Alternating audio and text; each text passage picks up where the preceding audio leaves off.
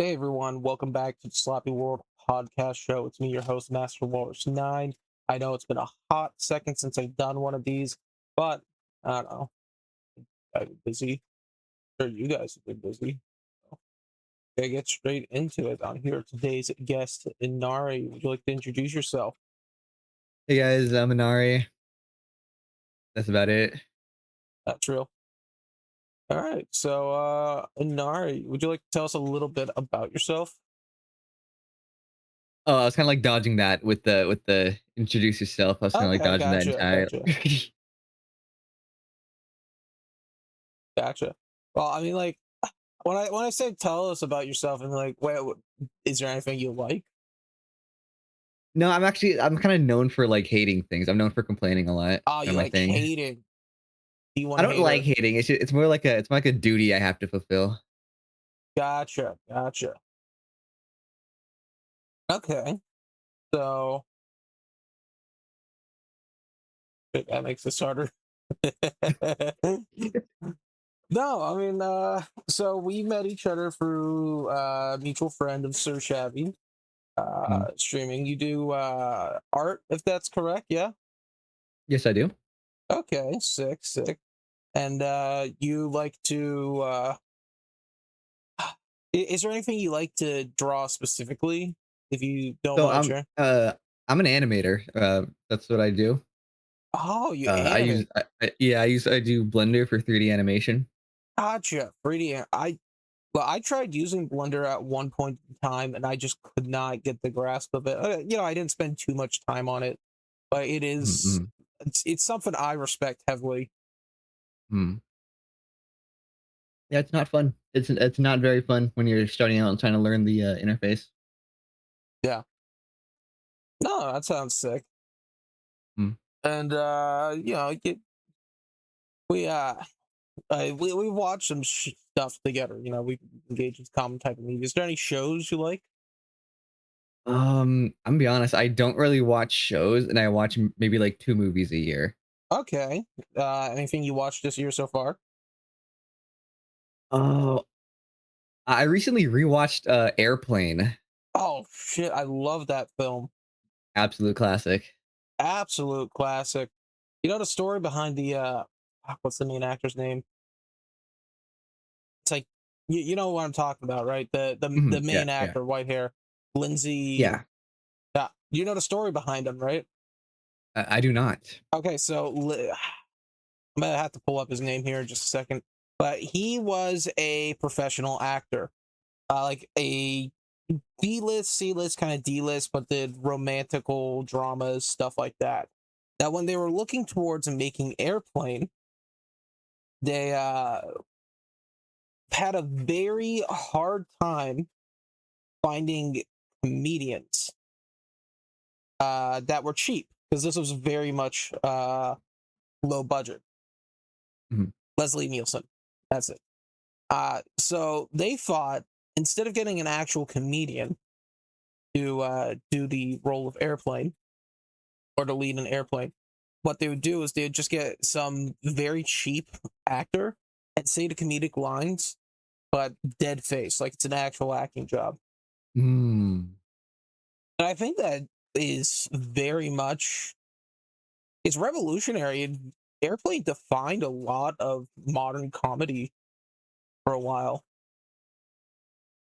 just because Yeah, of its I like definitely see it. its deadpan presentation of absurd topics. Is like something that really wasn't seen. Because I mean, Airplane is what 80s? I think so. I think late 80s. Yeah, we'll say 80s. So Airplane was 80s. A lot of Oh, the it is 80. oh 80 80. exactly. Oh sick. So a lot of film around that time, if it was comedy, you're putting out like a lot of exaggeration. Mhm. Like Rush Hour. Rush Hour did a lot of exaggeration with Chris Tucker being the comedic face of that because like Mm. that's just what the comedy was at that time. And then yeah, it influenced a lot. Then Jake Paul had his quote unquote spiritual successor to Airplane.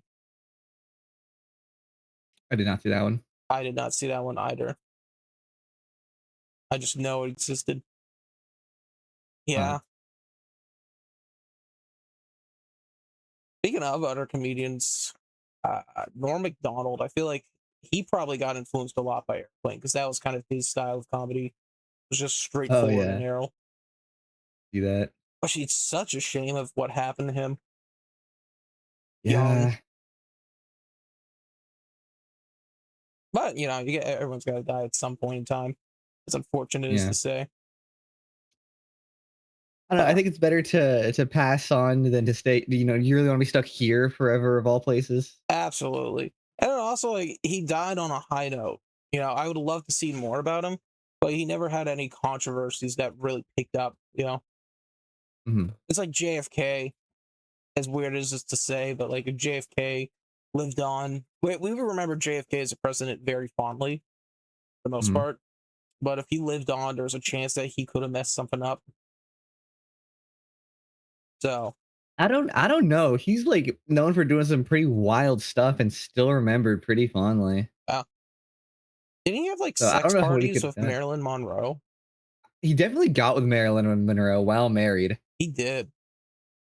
So and we still love him. So I don't know what he could have done that would have made him, remembered in a poor light. Possible he could have done like he could have turned the Cold War to World War III. We never know. He kept tensions cool for the most part, but Mhm. it's always a possibility. Uh, I think FDR, Franklin Delano Roosevelt, he was the one in the wheelchair. He had affairs. Mm. Like, because he had polio, that's why he was in the wheelchair. I still Yeah. think it's like that's how much power the role of presidency has for you. Like you could be in a wheelchair of polio, and you could still be having an affair. I mean, yeah, you literally like the president. You can't get much higher than that. Yeah, really. Shit, excuse me. Yeah. So again, it's a shame. Is he dead yet? Leslie Nielsen?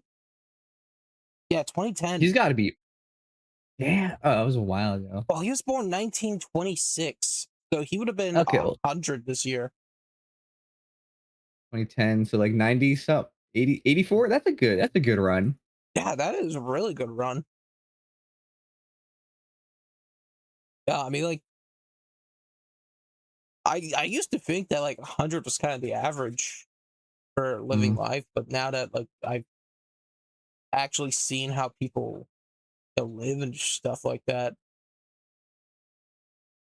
it makes a 80 is pretty solid.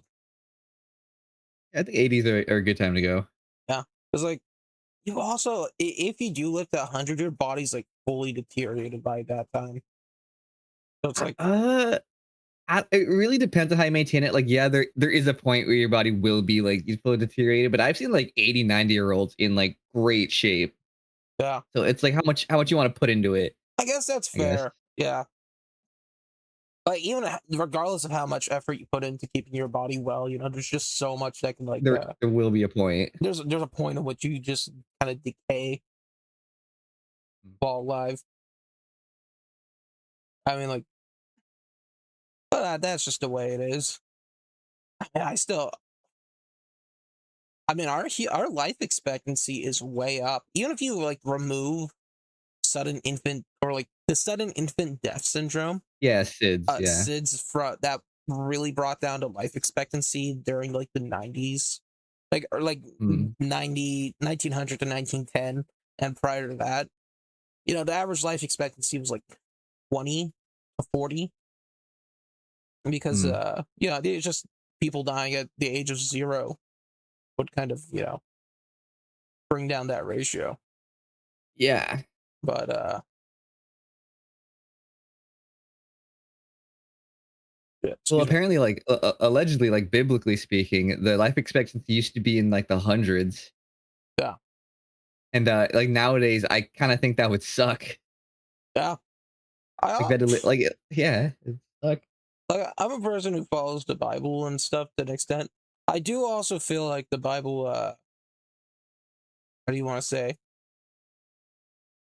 the Mm. timing wasn't as well known. So like a year could be like a season.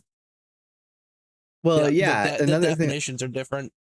the definition is different because so like there's another thing with like the early Bible, like like Adam and Eve's children, Seth, Cain, and Abel. Yeah, With those early, where there's only like 5 people on Earth, there's a theory that those are like tribes, like the people of Cain and like the people yeah, of Seth. And I think that makes a lot more sense because inbreeding yeah. would would kind of happen. So No, and it's just not talked about in the major point because it's like not as easy as a concept to cover or as popular to cover. But mm, yeah, they had more kids. It wasn't just the two sons. mm, Yeah, but yeah, that because yeah, well, a lot of uh, a lot of the like Judeo-Christian religion comes from the Middle East, and one of the things that is a trend amongst Middle Eastern societies is your middle name is your father's name. mm, So like if say my father's name was Carl, I'd be Master mm, Carl Walrus as an example, mm. right? So that kind of plays into the tribal aspect of it. So I think that definitely is a valid theory you got going on. Yeah, there's a Excuse me. lot of theories regarding the Bible, and it's kind of a hard thing to like pin down because there's Absolutely. there's so many versions of it, and it's been diddled to high hell and back. Oh yeah. Oh, like the biggest thing is like it's for those who believe the word of God as written by man. You know, Yeah. so it's like hard to fully translate. Well, apparently the most like faithful translation is the Ethiopian version because it was Really, translated once from the native and then just never touched. that makes sense. I haven't read it because I can't read Ethiopian, but apparently that's like the purest form. No, I believe that. Speaking of Abel and Cain and stuff like that, we recently watched the Amazing Digital Circus The all finale. right digital circus, The fathomable Digital Circus. the reasonably the reasonable quality digital circus. Like it's pretty all right. It's not groundbreaking Digital Circus. Yeah, Yeah. So what do very you much think about that? the author's poorly disguised issues circus. Yeah. I I won't go into graphic detail, but there was a lot of like self-inserty stuff that the author was definitely trying to force upon people. I feel that. I feel like it's gonna be weird, but I think that the circus almost could have been better if they never released the ending. And I feel like that would upset a lot of people. I'm not saying if they Yeah, did a I different can ending. I'm saying if they they never just never released released. an ending, because that way it's I can kind of like absolutely see that. it's open up to interpretation. Because I've no one's gonna be fully, not everyone's gonna be fully satisfied and Yeah, blah blah blah. you can't please everyone. But like it's just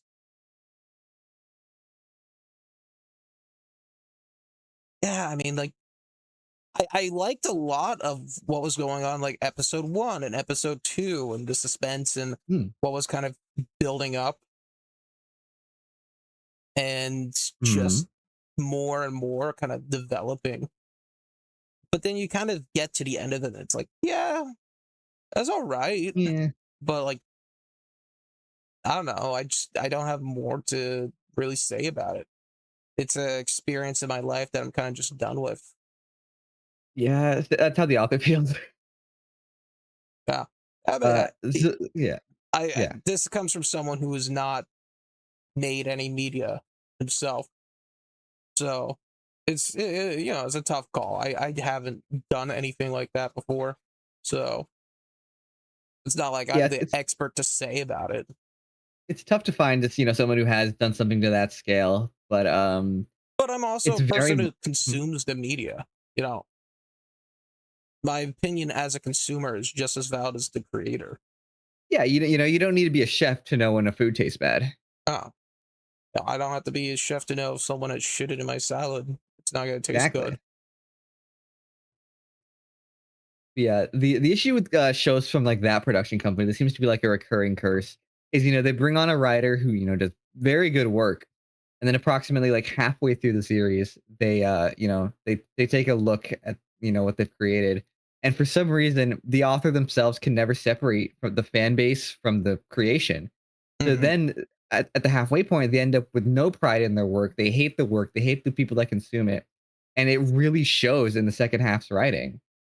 And Yeah, it was even stronger with Circus than, previous shows. So I just think, these people need to take pride in their work. It's June after all, but absolutely.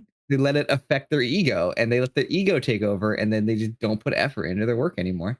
Yeah, that's the number one thing that you have to have any form of work is that like you have to enjoy it and you have to take pride in it. You have to acknowledge that at the end of the day, whether you like it, hate it, love it, it's yours. Yeah, take pride in what you do. So like, you know what? No, I fucking the Halloween movies. Uh because I don't know if you're like a horror movie kind of person. I'm not crazy, but I know some of the lore stuff. But like the Halloween one, Halloween 2, and then Halloween 3, Season of the Witch is kind of like the odd man out of that series. Mhm, Because Halloween 1 follows Jason Voorhees, Halloween 2 is Jason again, and Halloween 3 is like a completely different piece. mhm. But that's because the original concept for Halloween was is going to be an anthology. Ah, So like the first movie of Halloween was going to follow Jason Voorhees. Second movie of Halloween was going to be about something else. And then third movie was going to be something else again, right? And mhm. so the production company said, "Look, people like the Jason Voorhees character. You're gonna make another film about him, and then afterwards you can make your whatever." And so So that's I'm gonna have to backpedal real quick here. yeah, The villain of Halloween is Michael Myers, not Jason Voorhees. you're right. I'm sorry. That shows. Yeah, I'm not again. I'm a yeah. media consumer, not I a horror I fan. think Jason is Friday the 13th. Yeah, you're right. You're right. Okay. Yeah. I was trying to think. Halloween H2O doesn't sound uh, correct, but what am I to know? Mm, Oh, excuse me. Yeah. So I don't know. I feel like they took pride in their work to an extent, but they kind of let it go by giving up the original idea. mhm. By just because after Halloween 3 it was Jason, Mhm, Michael again and again. mhm. Like even if the new Halloween stuff, it's more Michael. So they gave up the original idea and it just kind of fell. It came slop for the lack of better terms. Well, yeah, what I find interesting is that, old series like that, they as the series goes on, they'll give up their ideas and they'll stop caring. Whereas, modern day series will just actively like spike spike their series into the ground with just the Yeah. worst ideas possible. And I don't know what causes that. Well, another thing about the media today is that like it's probably like focus groups. Hmm. Just the corporation is listening to focus groups rather than the intended artistic direction of the artist, and loses out on the depiction. Like our survey says that we want you to implement this feature into the film, Mhm. or like how every corporation has multiple side projects, so they'll implement it. Like that was a thing with CW did that a lot of their teenage shows like Riverdale and Arrow and whatnot, they'll implement like their sideband or whatever into the show in order to make it say like get you thinking about it. I don't know how to explain it, but I'm thinking I'm just putting down. uh, Huh. yeah, just media today doesn't feel like Obsession was good. I still haven't watched it, but I've heard a lot of positive reception about it. Hacker Room's just good. I've heard a positive reception, which is good that we're getting better media, but we were kind of in a slump. Oh, absolutely, yeah. It was like Avengers and Disney. And that was about it. And yeah, we just weren't getting anything new. Like Masters of the Universe relatively failed. And while it made a good amount of money, it didn't recuperate the cost. I think it's a good tell that like we are kind of tired of this rehashing of old media. Yeah, yeah.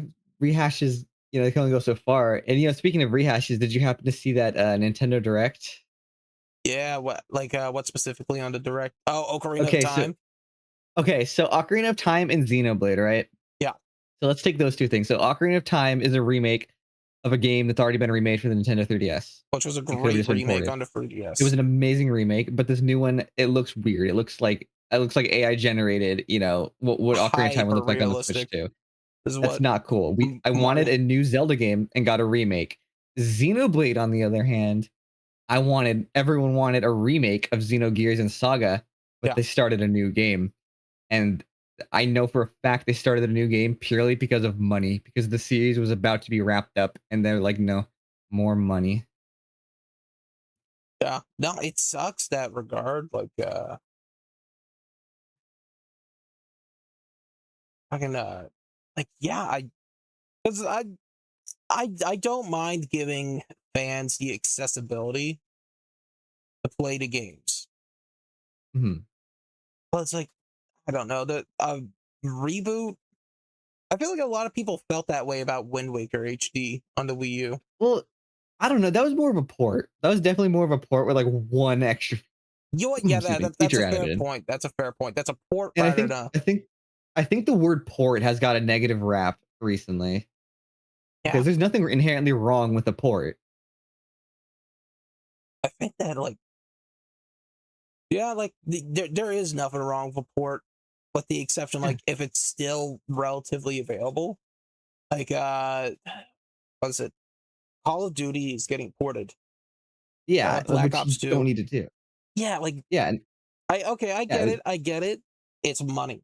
It is a lot of money. yeah. There's gonna be a lot of people playing Black Ops 2, but it's fucking like I don't know. Just there's still people playing Black Ops 2. That's the thing.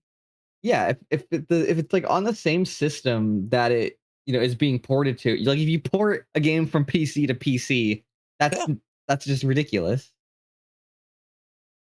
No, exactly. I'd say at least like two generations is a good port window at bare minimum 2 generations. Or if a game like sucked ass, right?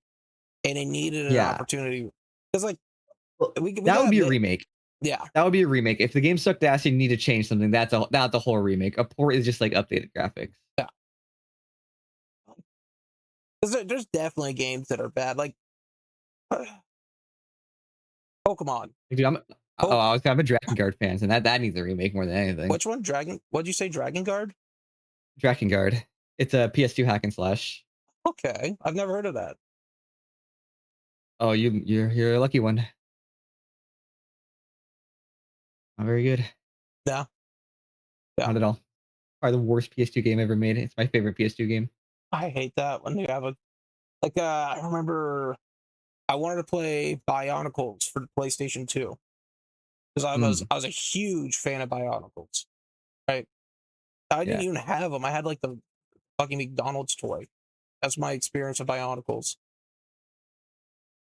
Mm, But when I played that, it was garbage. It was hot garbage. The controls felt yeah. terrible. It's just not a good experience, not a good time. Mm.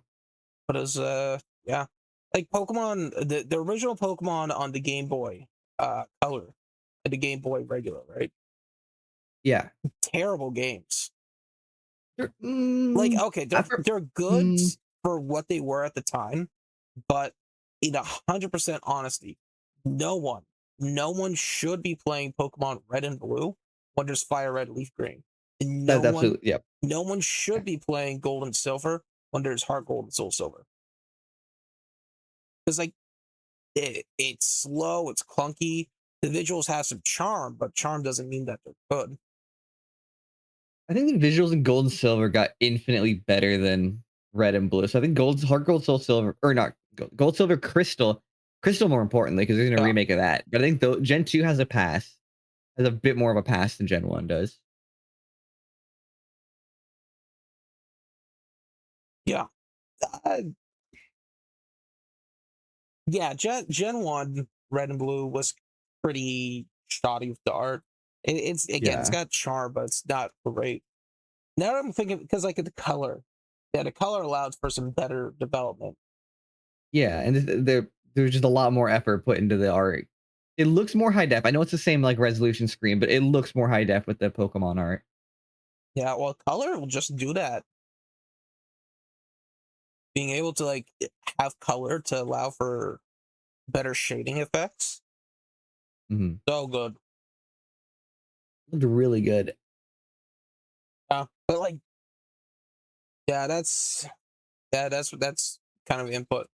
Honestly, when before they were launching the Switch 2 and we had any rumors, I thought that the next Switch console was gonna be like a phone. That's some like 2009 Wii phone rumor type thing. Nintendo's been doing a lot with the mobile game scene, and I think like if they shrunk down the Switch to the size of a smartphone where you could actually fit it in the pocket, that's my biggest issue with the Switch is that you can't fit it in your pocket. Absolutely. It's absolutely. DS, great. 3D or like the DSi XL or the 3DS XL or whatever. It's like, okay, you got to have big pockets or you fit into your purse or whatever. Not even that. Like my 3DS, my new 3DS XL fits perfectly in my pocket, Yeah, just as well as my phone. I keep like a little side Oh, satchel patch if I ever want to like go out, play with the guys Mario Kart or whatever. mm. And so, like, if they did that, the phone, But proprietary, but a console. yeah, you just have a controller as a wireless hookup, almost like the Switch's controller. I could, So the reason they're probably not going to do that is because they watched the PS Vita crash and burn. Because that's exactly what the PS Vita tried to do. It tried to be a phone. yeah, yes, Yeah, Vita, like, I mean, yes, Vita's PS good. Vita. It had a 3G chip slot. It was literally a phone. Yeah, I had a PSP. I never had a PS Vita. We had a PSP. We didn't have a lot of games for the PSP. We just played like Lego Star Wars 2 on it. That's about it. Yeah, But yeah. it, PS Vita is a magnificent piece of hardware. Don't get me oh wrong, but yeah. it flopped because people. I think consumers are the problem here. I think mobile gaming is definitely the worst thing to happen to the industry. Well, it's interesting because it's a different demographic and market in Japan. Like the DS did really That is well very in the true. US, but the PSP did terribly. Reason why we got a sequel to PS Vita is because in Japan they have a high value on graphics. The DS really They couldn't do. offer the graphics compared to the PSP. So that portability plus graphics gave justification to go to the Vita. Yeah. So I feel like that's interesting. And we're kind of seeing that. I mean, honestly, I would have abandoned the Switch's portability aspect if I was the CEO of Nintendo. I like portability, Absolutely. but Yeah. like I Well, also like it was, actual portability. yeah, it was a strange move combining them both into the Switch because with a three Wii U and 3DS, the Wii and the DS, you could sell the same person two consoles. Realistic, and some of the games like you have Smash for the 3DS and Smash for the Wii U. Yeah, and you had two versions of this. You could sell the same person two different versions of the game. Exactly. So the unification of them was just a horrendous move across the board because you ended up with a weaker home console and it just oversized, clunky portable console, and it just did not work. Exactly, exactly.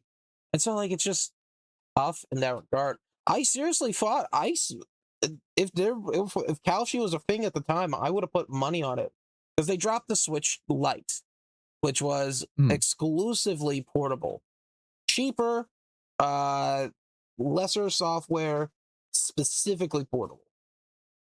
I thought they were gonna do like a Switch Heavy, which is like a much better performing console that can process and perform better, faster loading, but it's just locked into the home. Yeah.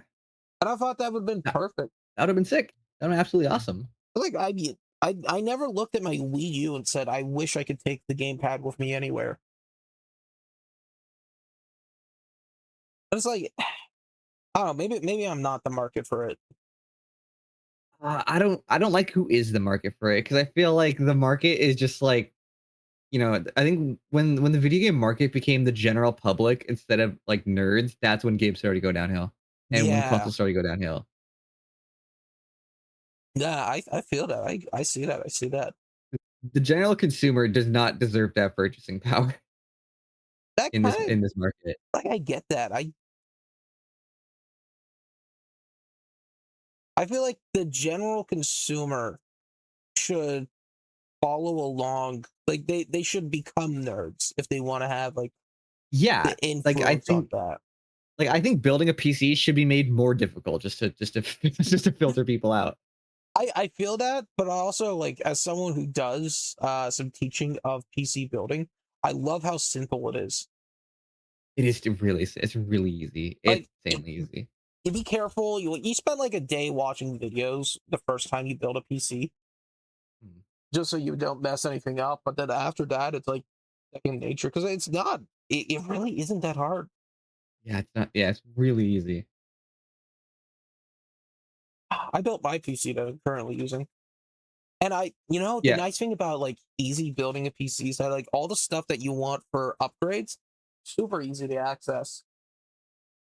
Like, what would you say is the number one thing people upgrade on a computer? my graphics card. Graphics card, easy to Mm. access. You just flip over the Yeah, it's, like, right computer, there. you unplug it, and then put in a new one. Second thing, probably RAM for a lot of people. Mhm. The CPU. I mean, like CPU motherboard kind of goes hand in hand, but Yeah, motherboard's kind of a pain. yeah. But like if you have a high-end motherboard, CPU is a pretty easy change. Uh, Cooling with the fans is pretty easy. It's nice. I mean, I get why they did it. It's like not meant for the consumer. It's just easier to produce, like an assembly line. Yeah,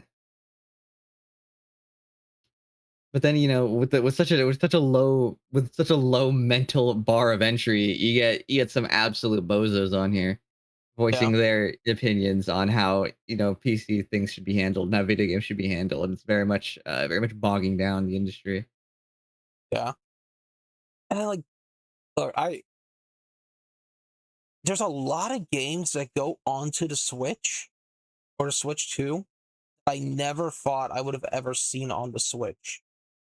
Yeah, there's no quality control on the shop. I'm not even talking about quality control because it's solid stuff, but it's like, Oh, you mean like intensive games? yeah, Hardware. like, Okay, I got a little bit mad about this one. So, real quick, when Final Fantasy VII Rebirth first came out, they were like, "Hey, this has got to be PS5 exclusive for a little bit. We need to just can't run on PC. It needs the PS5's crazy hardware to just even boot up." yeah, And then like a year later, they're like, "Okay, we figured out how to put it on PC. Let's put it on PC." And then now they're like, "Okay, it's going on Switch too." yeah. And I And get that's like such a slap in the face. some of it's like cloud gaming where it's not even the Switch that's doing it. That's like, I have very, very mixed opinions about that. I'm not a fan of cloud gaming, but it's like Borderlands. I guess like Borderlands is Borderlands 1 and 2 makes sense because it's like old game. Yeah, It Borderlands could 2 go was on anywhere. the PS Vita. Yeah. But it doesn't fit the Nintendo family friendly concept. Oh, that's been dead for a long time. Yeah, but they still try and hold up. Like that's kind of one thing. Oh. I was a very much a Nintendo kid when I grew up. Me and my brothers were because it was family friendly. You know, you look at Xbox, that was definitely intended towards like a teenage market, and Mhm. PS3 was kind of like the weeaboo market. Well, yeah, my dad was definitely a PlayStation guy because I had PS2 and 3 growing up, and then after Yeah, that we got the Xbox 360. But yeah, he was like, "Hey, check this out. This is God of War." yeah, I'm like, "Oh, this is exactly. awesome." The amount of family games on those consoles were kind of minimal, but they did perform Yeah, a lot better. Dude, the PS3 is yeah, like I think the PS3 is arguably one of the most impressive consoles of all time. yeah. The PS3 slash like the Vita generation during that like change up is definitely like the most technologically impressive console generation. I still like the PS3. If you gave me any console, right? I'm on an abandoned island, get the unlimited library, unlimited console usage, whatever. I'd probably go with the Wii U because that's what I grew up with. And like the Wii library is not bad, Wii U library is not bad, the digital library is not bad. But the Mhm. PS3 is a very impressive of a console. Absolutely. Like I still think like the graphics on the PS3 are noteworthy. Yeah, Yeah, well, the thing about the PS3 is, like, if you've ever, like, heard one run, if it you'll know when it's running, like, an impressive game because you can, like, hear it fighting the for its life. fans, yeah. Yeah, and some games, like, took advantage of that, like, Dragon Guard 3 has a rhythm game at the end, and the rhythm game is impossible to emulate because it lags on the actual hardware, and that's how it syncs up the music to the game, and Oh, on that's sick. emulation, it does not lag, and I know for a fact it was not intentional. That's sick. I kind of like that when they It's work with so the funny, though. weakness. It's really funny. I don't yeah. Like how CRT TVs. Oh, yeah, the, scan lines. Yeah, they there's a reason why those emulated games don't look as good, or those remastered games or ported games or whatever, just because it's like it's designed for the CRT. Mm,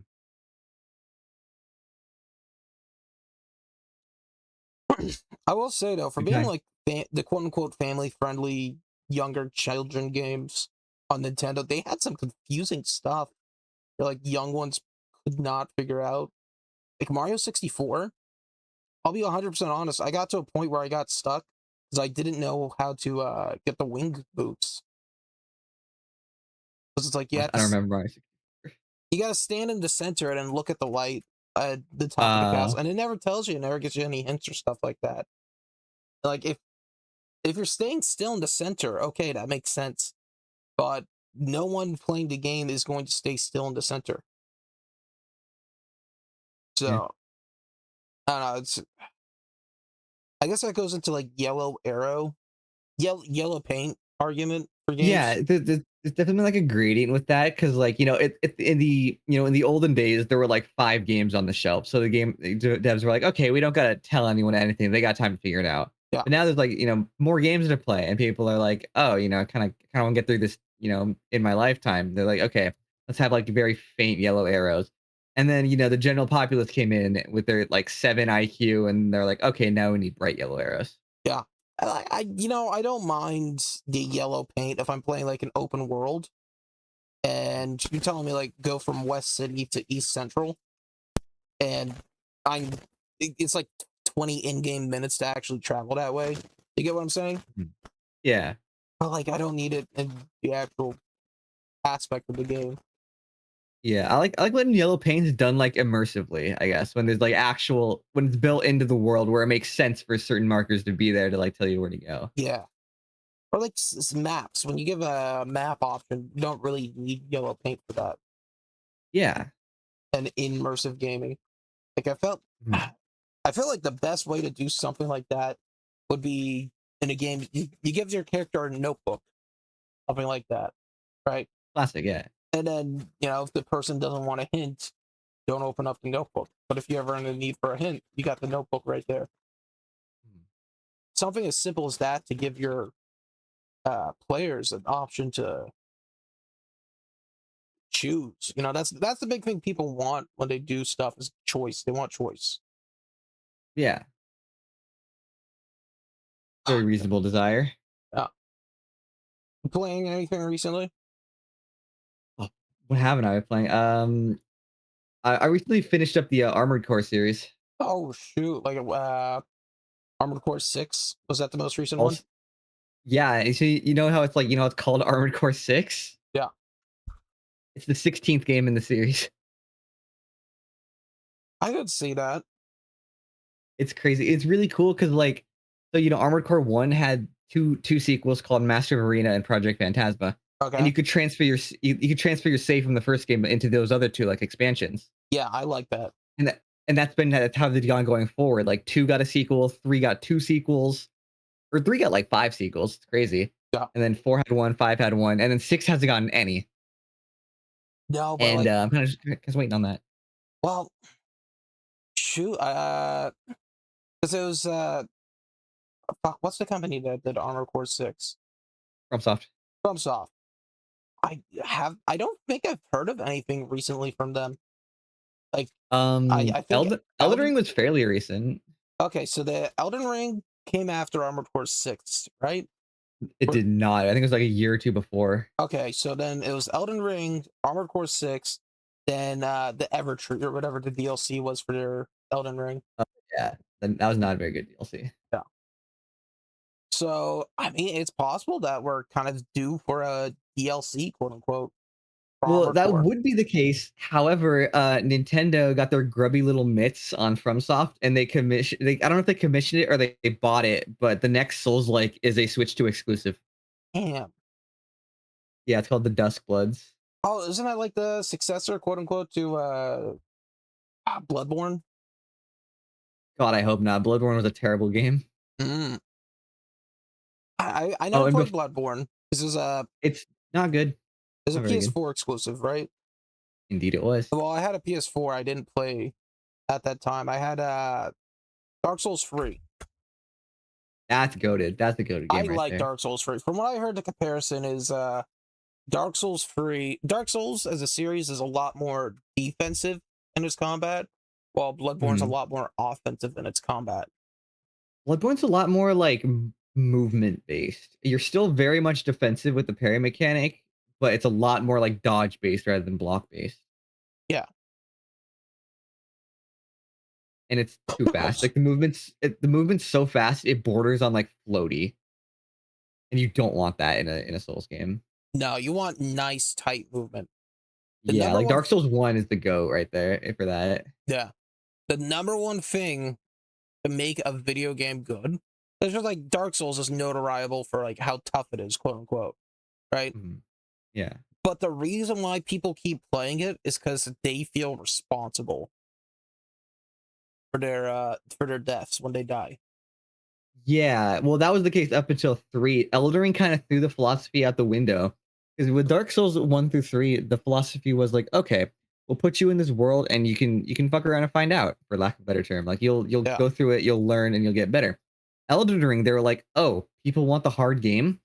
Let's give them this hard game." And instead of, like, making the levels tough and things, which they still kinda did, they just gave every boss, like, 5,000 HP and made them hit like a truck on, like, a jab. So yeah, you just died quicker instead of actually like, getting caught in a combo. And it just that was not it. That's not the right philosophy for Dark Souls. no, And so it's it kind of not. ruined everything. Yeah. It's And the like, DLC was even worse because they scale like the DLC didn't want you taking your broken character and going into the new world. So what they did was like, instead of scaling the world to the character or backpedaling your character, there were these items, there were these pickup items that you find throughout the new world that would increase your defense to this new type of damage that the world did. And they were oh, like they weren't even like along any path or anything. They were just randomly in the world. And there were 20 levels to that system. And it hate was that. terrible. It was absolutely terrible. Hate that. Like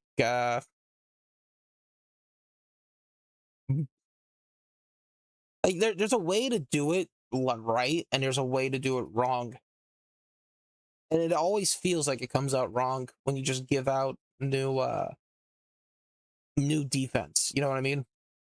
Yeah. Because it's like your build up was for nothing on your character. Yeah, it's just like I get it not wanting characters to be broken in the new DLC, but like, come on, man. Yeah, This is just ridiculous. And I don't the Night Rain, which was just Elden Ring Fortnite slop. yeah. Wasted. The reason I really hate Night Rain is because we could have gotten a second Elden Ring DLC that was like actually good, but there's like, no, we're gonna put resources toward this like Fortnite clone. And not good. Not very good at all.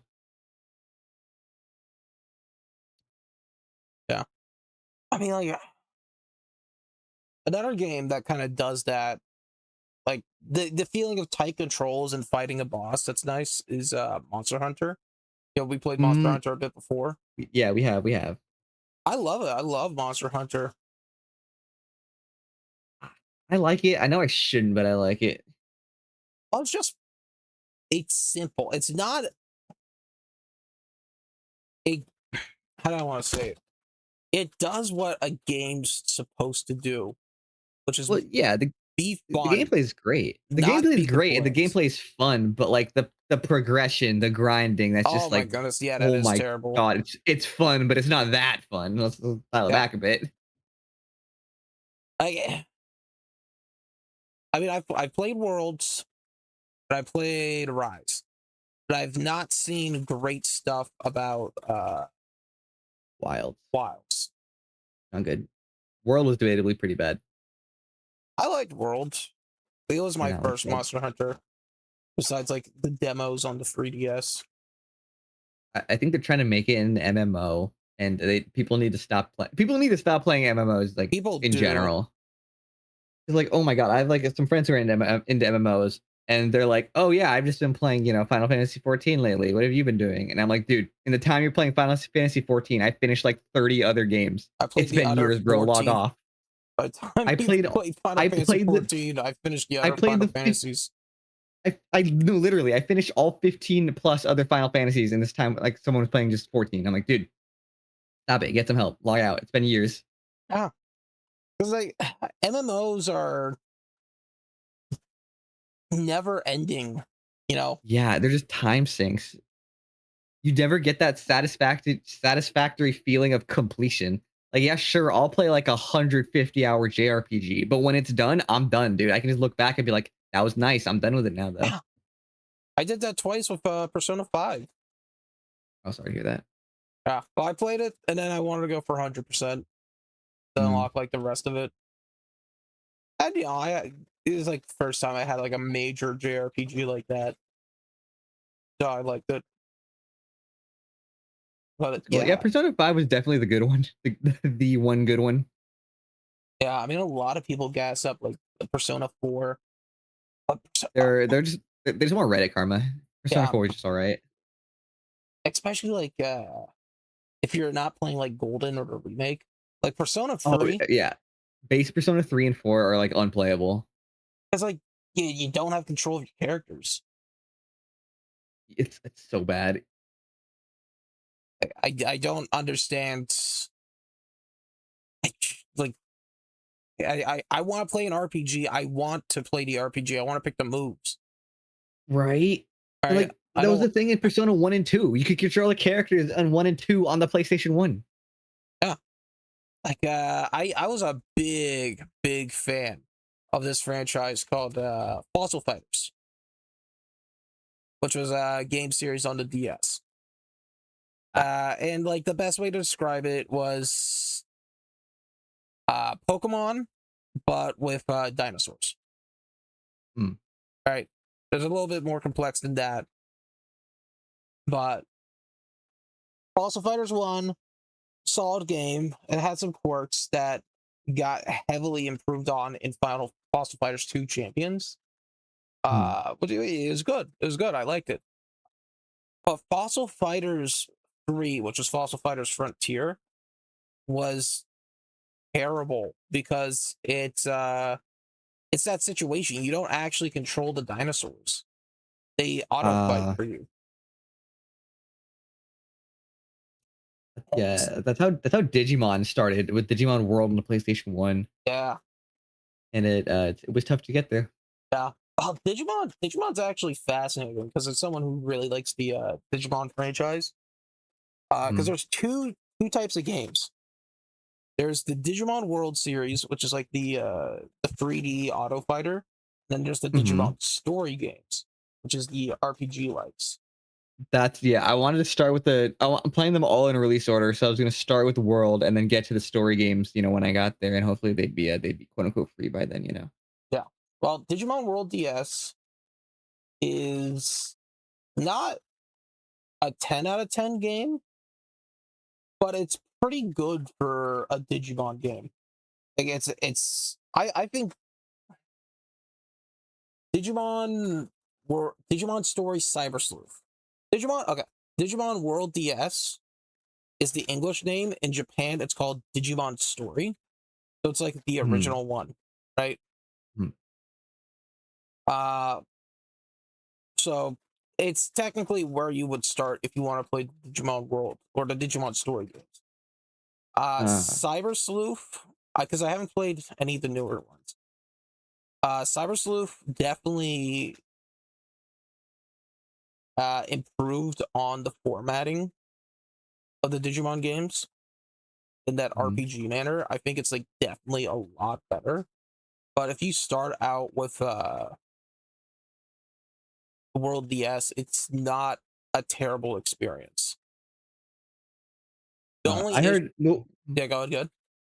I heard Time Ranger. Is that the newest one, Time Ranger? Time Ranger is the newer one. Yeah, I've heard Time Stranger. Okay. I heard Time Stranger, that's Stranger it. was, like, universally goated, like, for once A Digimon fans lot of agreed on a something. lot of people like Time Stranger. Okay. But I'm thinking Time Stranger might be a tactical RPG. Oh, like Fire Emblem? Like there's a ton of different grid base, like Advanced Wars, Final Fantasy Tactics. Let me look it Huh. up. Let me look it up. And Digimon World or Digimon Story Cyber Sleuth typically goes on sale because it's old. Time Mhm. Stranger, no. Time Stranger might be the fuck. What's it? 2025. It says party-based RPG. It's looking like Okay, a so then turn-based that's RPG. like the standard one. It's like Yeah. Survive. Digimon Survive. That's it. That's it. That's the tactical RPG. Yeah, I don't know, man. I don't vibe with very many tactical RPGs. There's a good few, but I don't vibe with very many of them. Like I'd try it if I had it for free. I'm not gonna go pay $60 for a tactical Yeah. RPG. Like I Yeah. played Fire Emblem Awakening. Oh, don't even get me started. When I was young, I was a very big fan of Fire Emblem Awakening. I still am. Like if I'm in the mood Well, yeah, for a tact, Awakening's good. Awakening and Echoes are, like, absolutely amazing. yeah. If I'm in the mood for a tactical RPG, I will go to Awakening. Like I very seldomly replay a game. Just because I've already experienced them once. So it's like, I don't know, I don't want to experience it again. Yeah. But Awakening is a game that I've played like 3, 4 times just because I can run Yeah. different routes each time. Uh, Like I ran the kids as my heavy beat sticks this time around, the last time I played. mm, Like, especially with like the marriage component, changing up those aspects. I'll try out different pairings in Awakening. Echoes is kind of yeah. fixed. Echoes, yeah. But I do like Echoes. Echoes is an amazing game. Very nice game. But, like, Fates Onward, they got a little bit hubristic where, they're like, they did Awakening, and that was great, and they're like, "Okay, what if we wrote 2 routes for Fates?" And it didn't work, and they're like, "Okay, we couldn't do 2 routes, let's try 3 routes for 3 houses." But Psycho is Another 4 because we got the Yeah, and now they're doing DLC. 4. Well, now they're actually doing 4 in the base game Ah, with, Fortune's Weave. I, So, I like, don't mind the concept of more game, but I don't feel like that's the best way to do more game. I think what should have happened was like, how about, instead of failing to do 2 routes and then going straight for 3, and then failing for 3 routes and then trying to go straight for 4, it's like, how about you just like, maybe like get 2 under control first, get that done and made well, and then you go for 3 routes. That's not like Because what they're doing now is they can't divide the resources. So, like in Three Houses, all 3 stories started the same exact way, and then the branches were just half baked, and they yeah, didn't flow very well. It just didn't work. like and like they could do multiple storylines because one of the ones that everybody loves. I'm not crazy on it, but like Fire Emblem, was it Sacred Sword, Blazing Blade, Finding Blazing Blade? I think it's Blazing Blade. The Finding one I'm Blade? thinking. No, Oh, not the Roy. that's It's Blazing like Blade. That's it, Blazing Blade. yeah, it's Lynn. Yeah, Blazing. Lynn and Hector and what's his name? Elwood. Like that's Mm, technically three different storylines all in the same game, mm. and people love that one. Yeah, Three Houses just went south and like I don't know. They just didn't. It didn't feel like they put much effort into the writing. Like it was enjoyable. It had silly little moments, but overall, Uh, as a story, just was not that good. and They also I never hear anything about the one of the rings. engage. Engage. Yeah, I never Yeah, we don't hear talk about anything engage. about that. But the cardinal sin of Three Houses was like, okay, it's basically a Persona game, right? Yeah. And there's a dating element to it. If you're gonna put a dating element in a school sim, do not make your player character a teacher. For the love of God, what were you cooking? I can't tell you what they were cooking, but they were smoking. Bro, like what the actual hell? Oh, for real. Like I I think like they did. Oh, what was it? It was Persona Cross Shin Megami Tensei something something.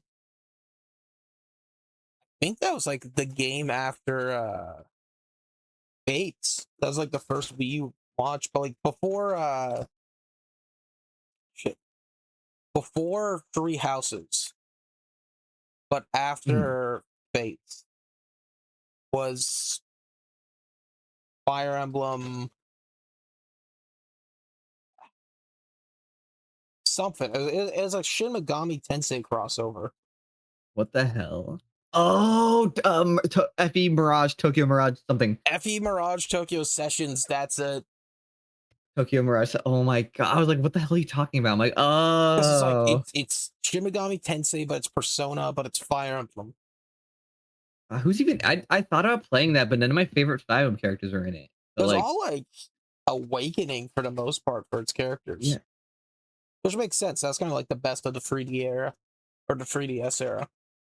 a Tiki's in it. Tiki's in the Encore version. Yeah, yeah. There's like Chrome, there's Tsubasa, there's got because I used to play the Fire Emblem Gotcha game.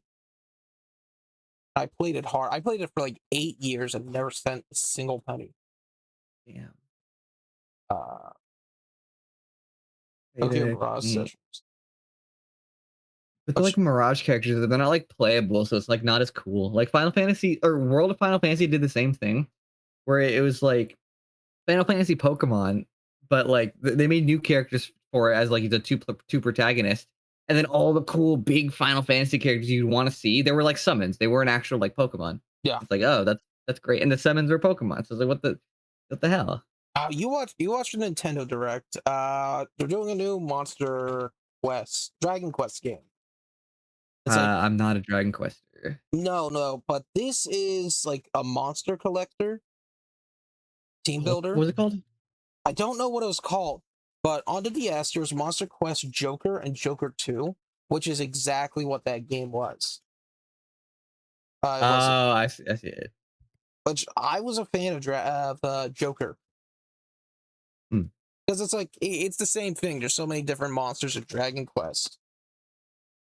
hmm. Uh, switch to. I'm trying to see what the name of this game was. Is it Treasures? It might be Treasures. I could be wrong. Anyways, you know, it was a monster collector game. It wasn't bad, Yeah. and I feel I like, think certain series lend themselves well to that. yeah. I mean, if Absolutely. because that's weird to say that technically is like Persona 5. It's a monster collector. Yeah, absolutely. And like, but like Final Fantasy flopping at it sucks because like I know they're not monsters, but just having the main characters that you know as summons and not like actually usable in battles, like the heck, Yeah, like characters like even Cloud, like everyone knows he's Cloud. like a summon and He's you see like him for the like face of Final Fantasy. yeah, and you see him for like 2 seconds in a summon animation that you can probably turn off. I think the only person who's a little bit more notoriable than Cloud is Sephiroth. Yeah, but yeah, they're like on the box art and then they're just like barely in the game. It's like what false advertising. Yeah, they did Final Fantasy Feet Rhythm. Feet Rhythm Final Fantasy. There's like Oh a my, I rhythm game. love Theater Rhythm. It's such a good game. It's so good. It has like that's the only Final Fantasy where I can truly say everyone's there. My brother, he's a big fan of like the world of Final Fantasy, I guess for the way to put it. Mm, Right? He likes yeah. the lore of the game series and stuff like that. But he's not a big fan of like RPGs. Mm, But he likes rhythm games, so that's like the perfect way for him to experience that.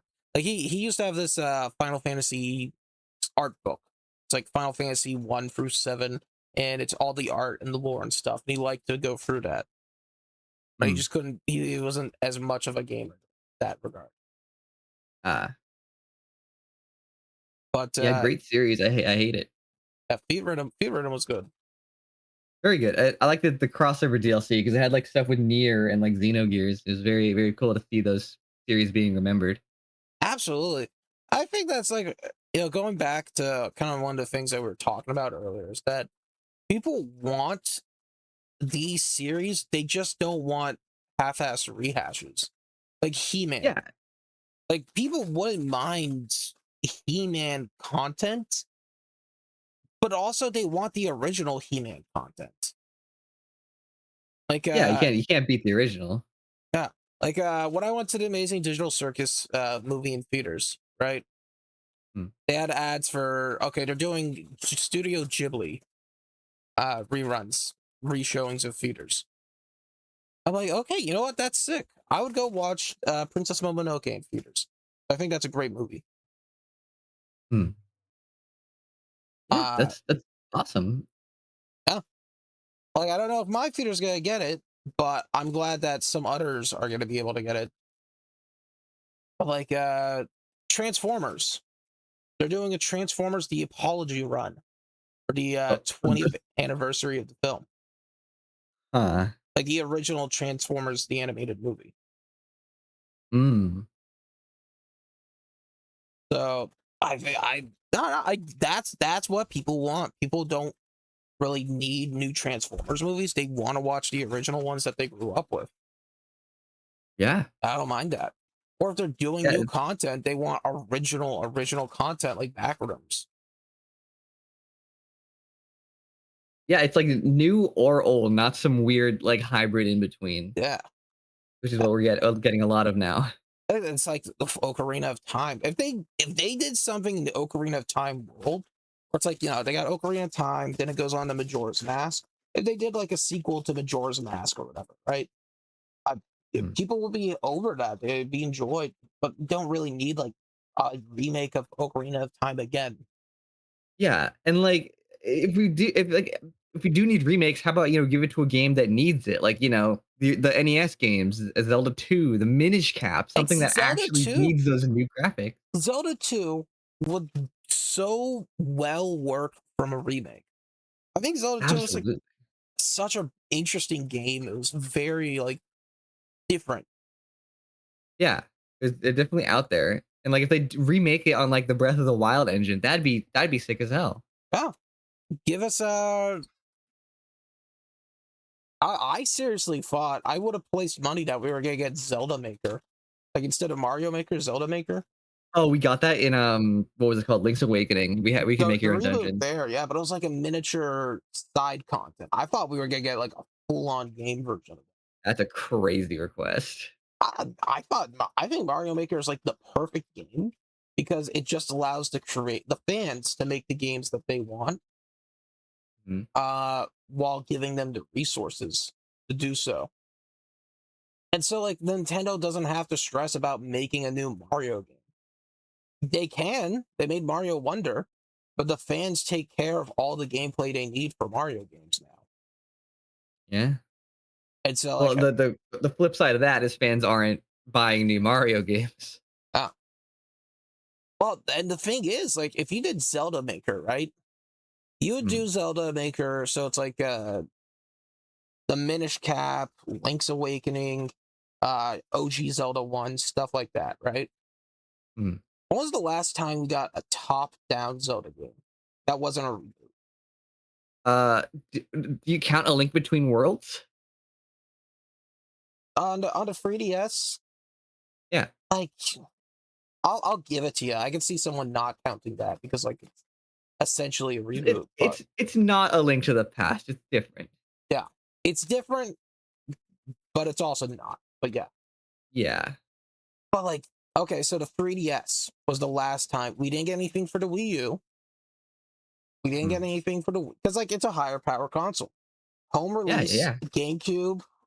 Technically, it was a GameCube. We got Twilight Princess. We had Skyward Sword. Wii U. We had Breath of the Wild. We had Breath of the Wild 2. Their focus on the mainline uh, Zelda games is like 3D because that's where Yeah. the good adventure is. But a 2D puzzle based like top down Zelda game. Oh, Echoes of Wisdom, I forgot about that one. Never forgot Oh about that shit! one. Yeah, everyone forgets about that. It's like it's a Zelda Yeah. game. Yeah, the It's a literally is yeah. it's a literal Zelda game. Yeah, I forgot about that one. I guess yeah, that's fair. That's kind of a sequel to Link's Awakening remake. It's like the same style. I do like the style. I really do. Yeah. Also, hold a quick pause, I gotta run to the bathroom. Yeah, yes. Yeah. We'll pause it, or if you want to Alright, call it cool, cool. here. I mean, we fit like an hour and 7 minutes. Oh, that's pretty good. Alright, well, I gotta, like, run to the bathroom right now, so you can decide that part. All right, I'll pause for now. They really do make the fish kind of bad. Like adult Rudo. Holy schmoly! Right? Yeah, that was sending signals to my child brain. They said that, Yeah. and then what else? What other fish? I like the Breath of the Wild. Breath of the yeah, it's always the Rudo, it's always the fish. There was some in Ocarina of Time, there's some in Breath of the Wild. There's one in Twilight Princess, the Queen Rudo. Yeah, All baddies, all of them. Wind Waker is different. Wind Waker was weird with its lore. They had the birds, yeah. Yeah, but it's like the fish people became birds. Yeah. They The had the birds were bird. all the birds were alright. They had the birds and the tree people. Was there anything else? I think that's all they had. Okay, so that's all they had for Wind Waker, but what's weird is in Wind Waker, the fish people became the birds, but in Breath Ah, of the Wild onward, they're both coexisting. yeah, that is true. I guess that's kind of What's that up with like that? divergent timelines kind of ordeal. Oh, have you seen the new timeline with Breath of the Wild added? No. I see if I can pull it up real quick. Here it is with oh, that's not the official one.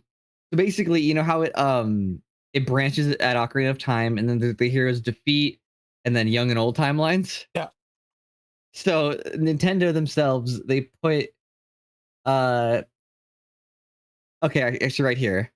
Oh, oh come on, send. Don't make me look like an idiot. Okay. So you see that horizontal line that's not connected to anything? Yeah. That's Breath of the Wild on the other side of it. So But so like it's not connected, but it's distinctly in front of the young and old timeline. I guess they need like What does that mean? what does that mean, Kobe Bryant? That'd be Kobe Bryant. Oh my god. Because like Ganon was unsealed. That was the Lord Breath of the Yes. Wild. So Yes.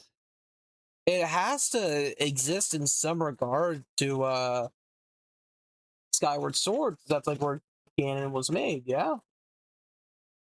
I guess.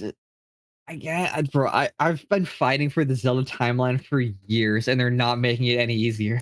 Okay, so if yeah, I mean they're right in like okay, so for those who are can I copy and paste this? Maybe I can copy and paste this onto the magma here. Okay.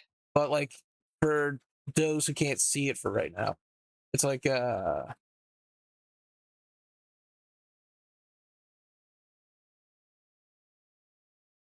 okay, there we go. There we go.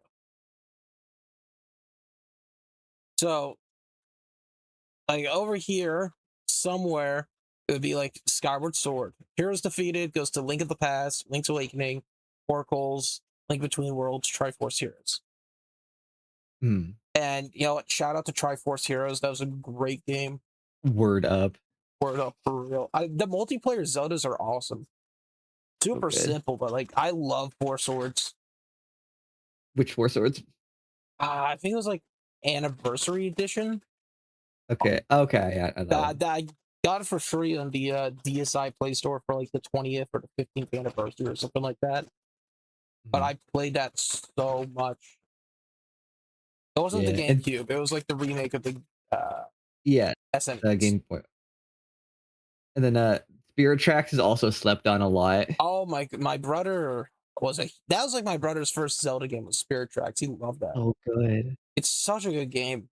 Phantom Hour, like the whole Toon Zelda or the Toon Link era Hmm. is good. It's Well, good. Spirit Tracks was great because Zelda was actually like in it for once. She's like Uh, a main character.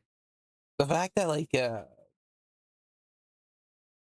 excuse me, the fact that they reference Spirit Tracks with the Zelda's new down B in Smash. 'Cause I don't know why it feels like one of those things that Nintendo would be ashamed of for some reason. Yeah, I see Because that. we don't get like the Toon era anymore. Yeah. But I love it. Panera Okay. was great, yeah. Okay, so that would have been Ocarina of Time, then Heroes Triumphant, Majora's Mask, Twilight Princess, Four I could Swords probably get the Adventure. oh, I got the whole image right here if you just want to paste that in. Oh yeah, sure, whatever. Can I just paste it in actually? You might be able to. I just Control C, Control V. I just, stop making me make an account. I just want to Yeah, I mean, if you just want to post, I can post it. well, let me try one. I know, You don't have permit yeah. I hate how you have to make an account for like anything these days. Yeah, that's the whole history right there. All right, like,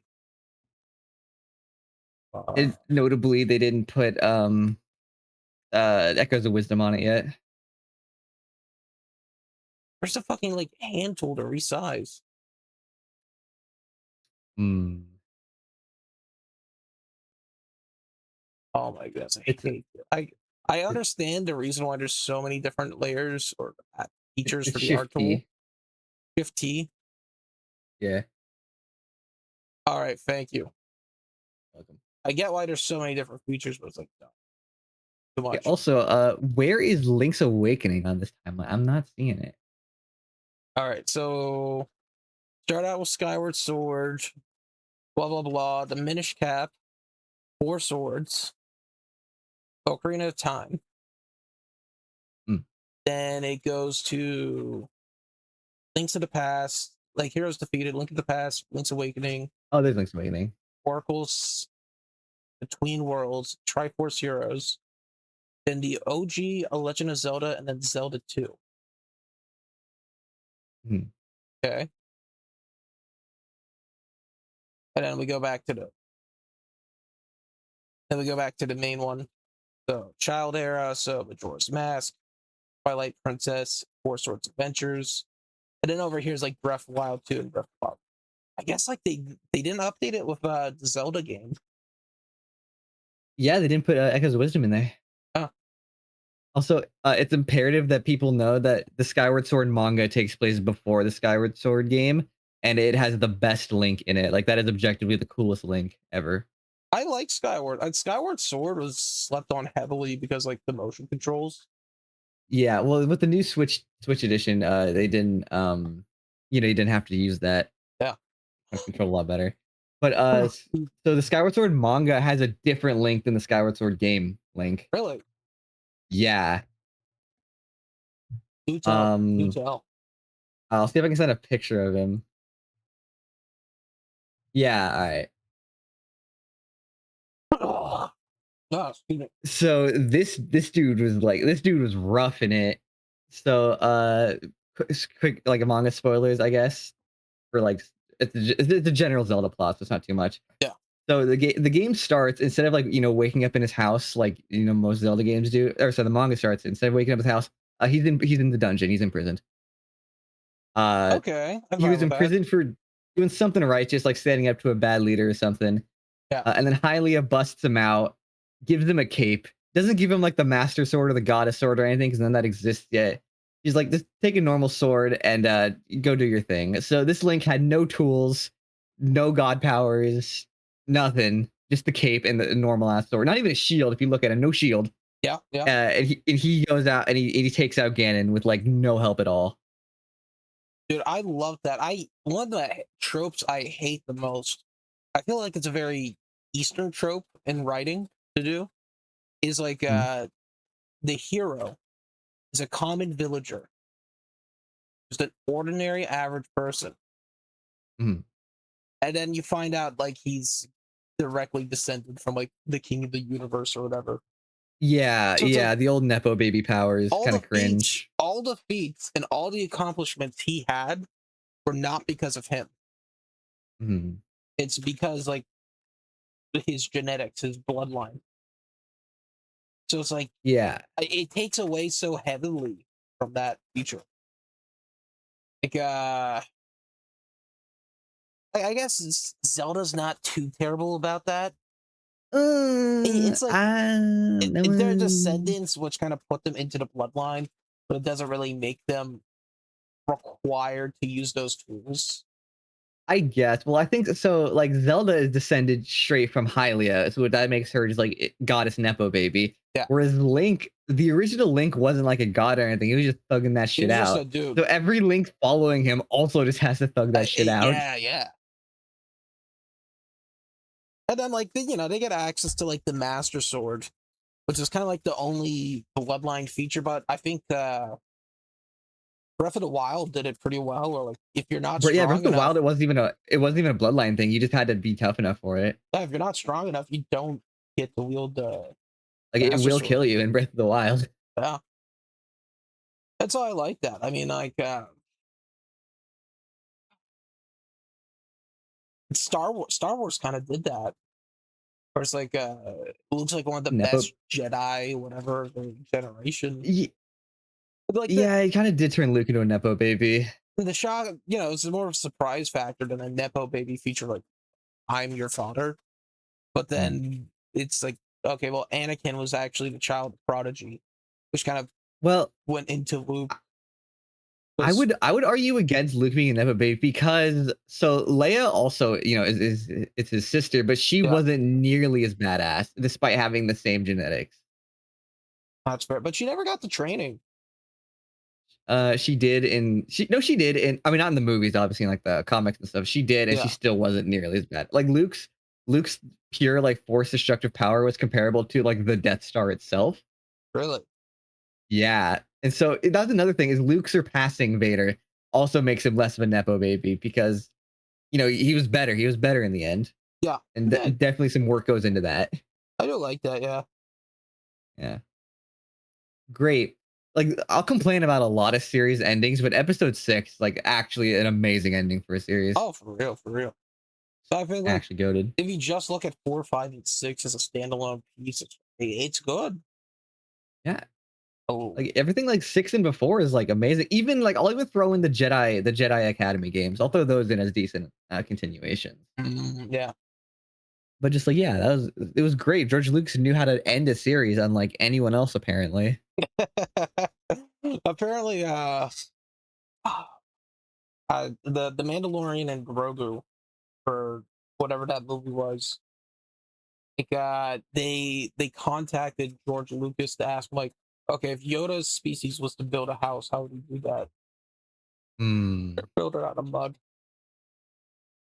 I love how whimsical George Lucas is with Yoda species. Yeah, he's just got that like creative ends to him. He knows what he wants, I guess, for lack of a better Yeah. term.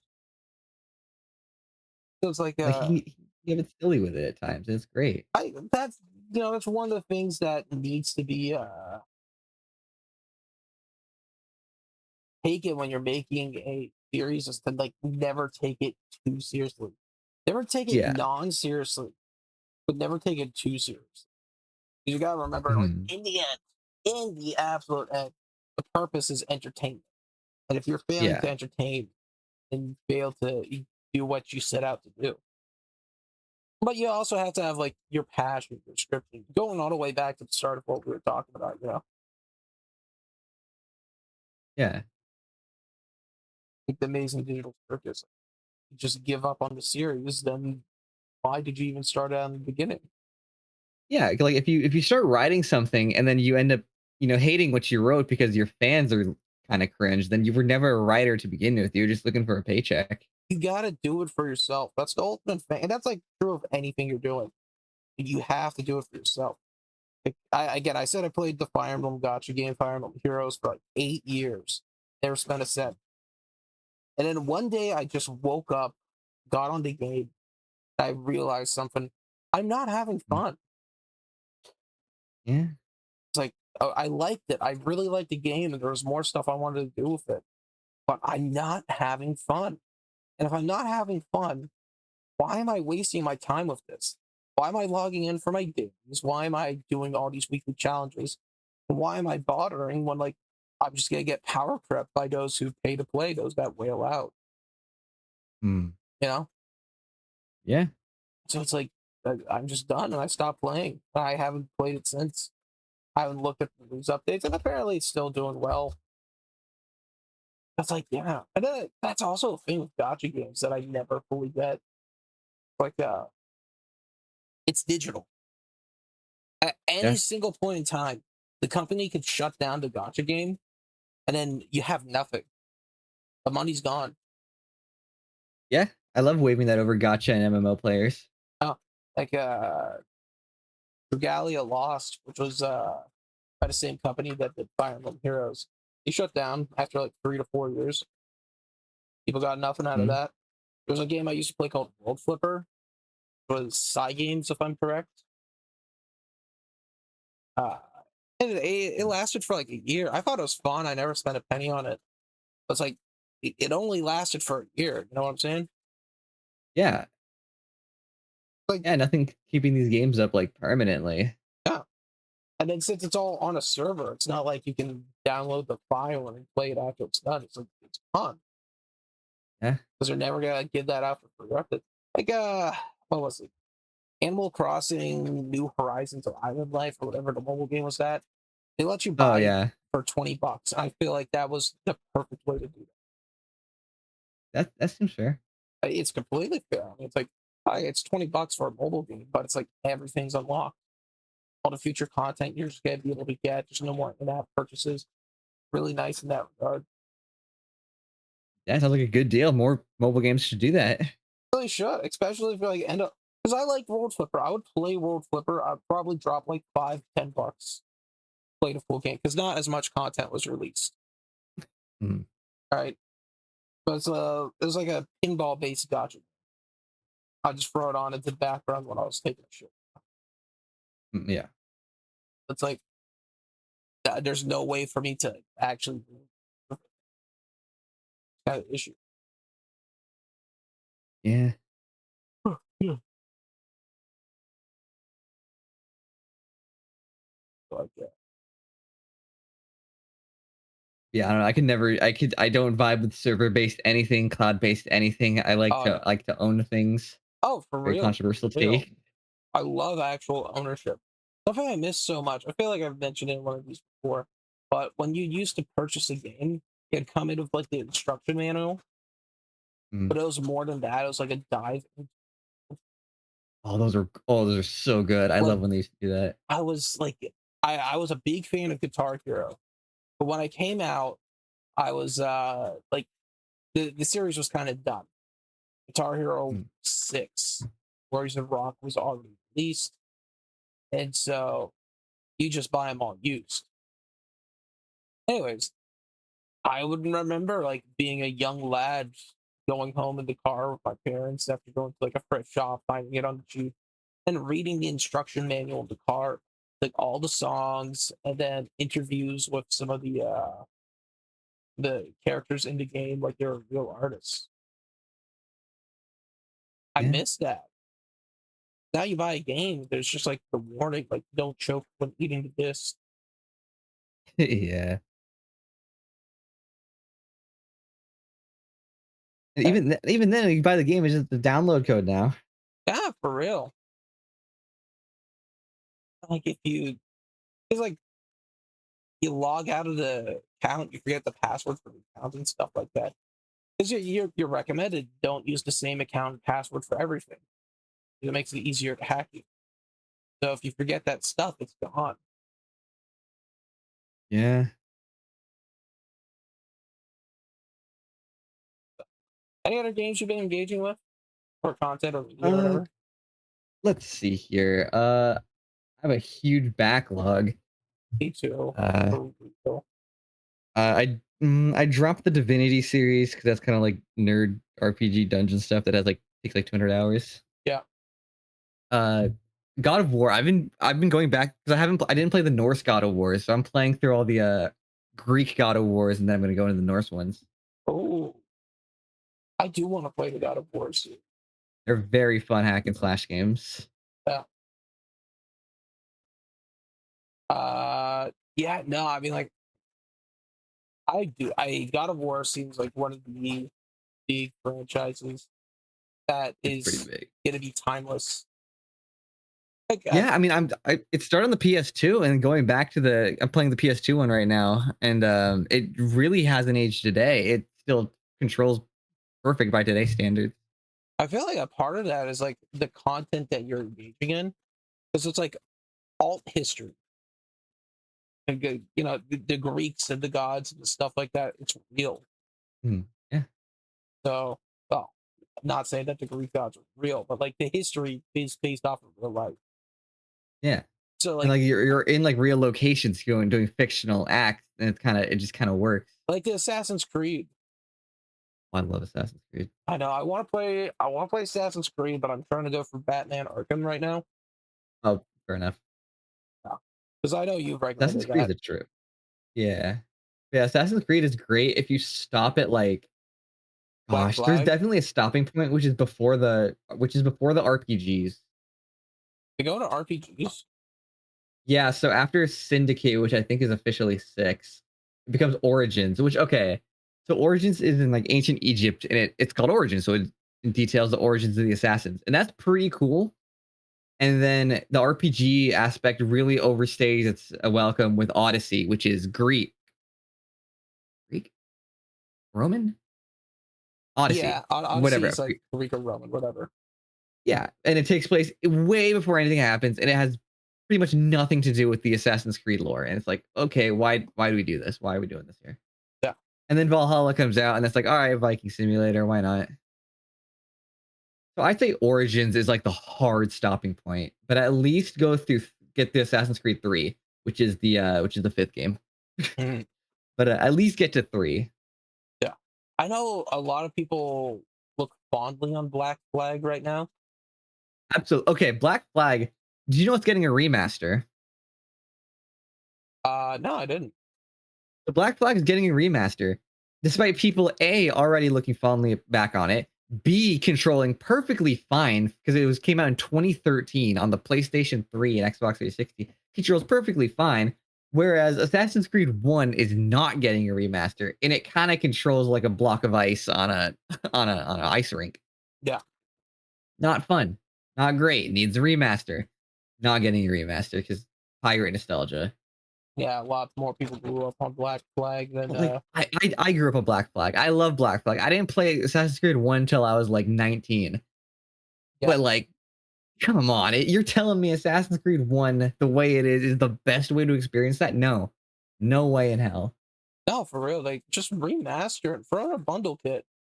Throw like Yeah, Assassin's Creed 1, remastered 2, free. They do it all the time with Kingdom Hearts.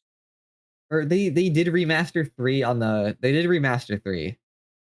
So that one's done. Like, but, like, throw in they did the Ezio trilogy, so that's 2 Brotherhood and Revelation. So they already did that. They're literally just avoiding Assassin's Creed 1 like the plague for some reason. Real. Like what was that game I like? Uh it was Far Cry.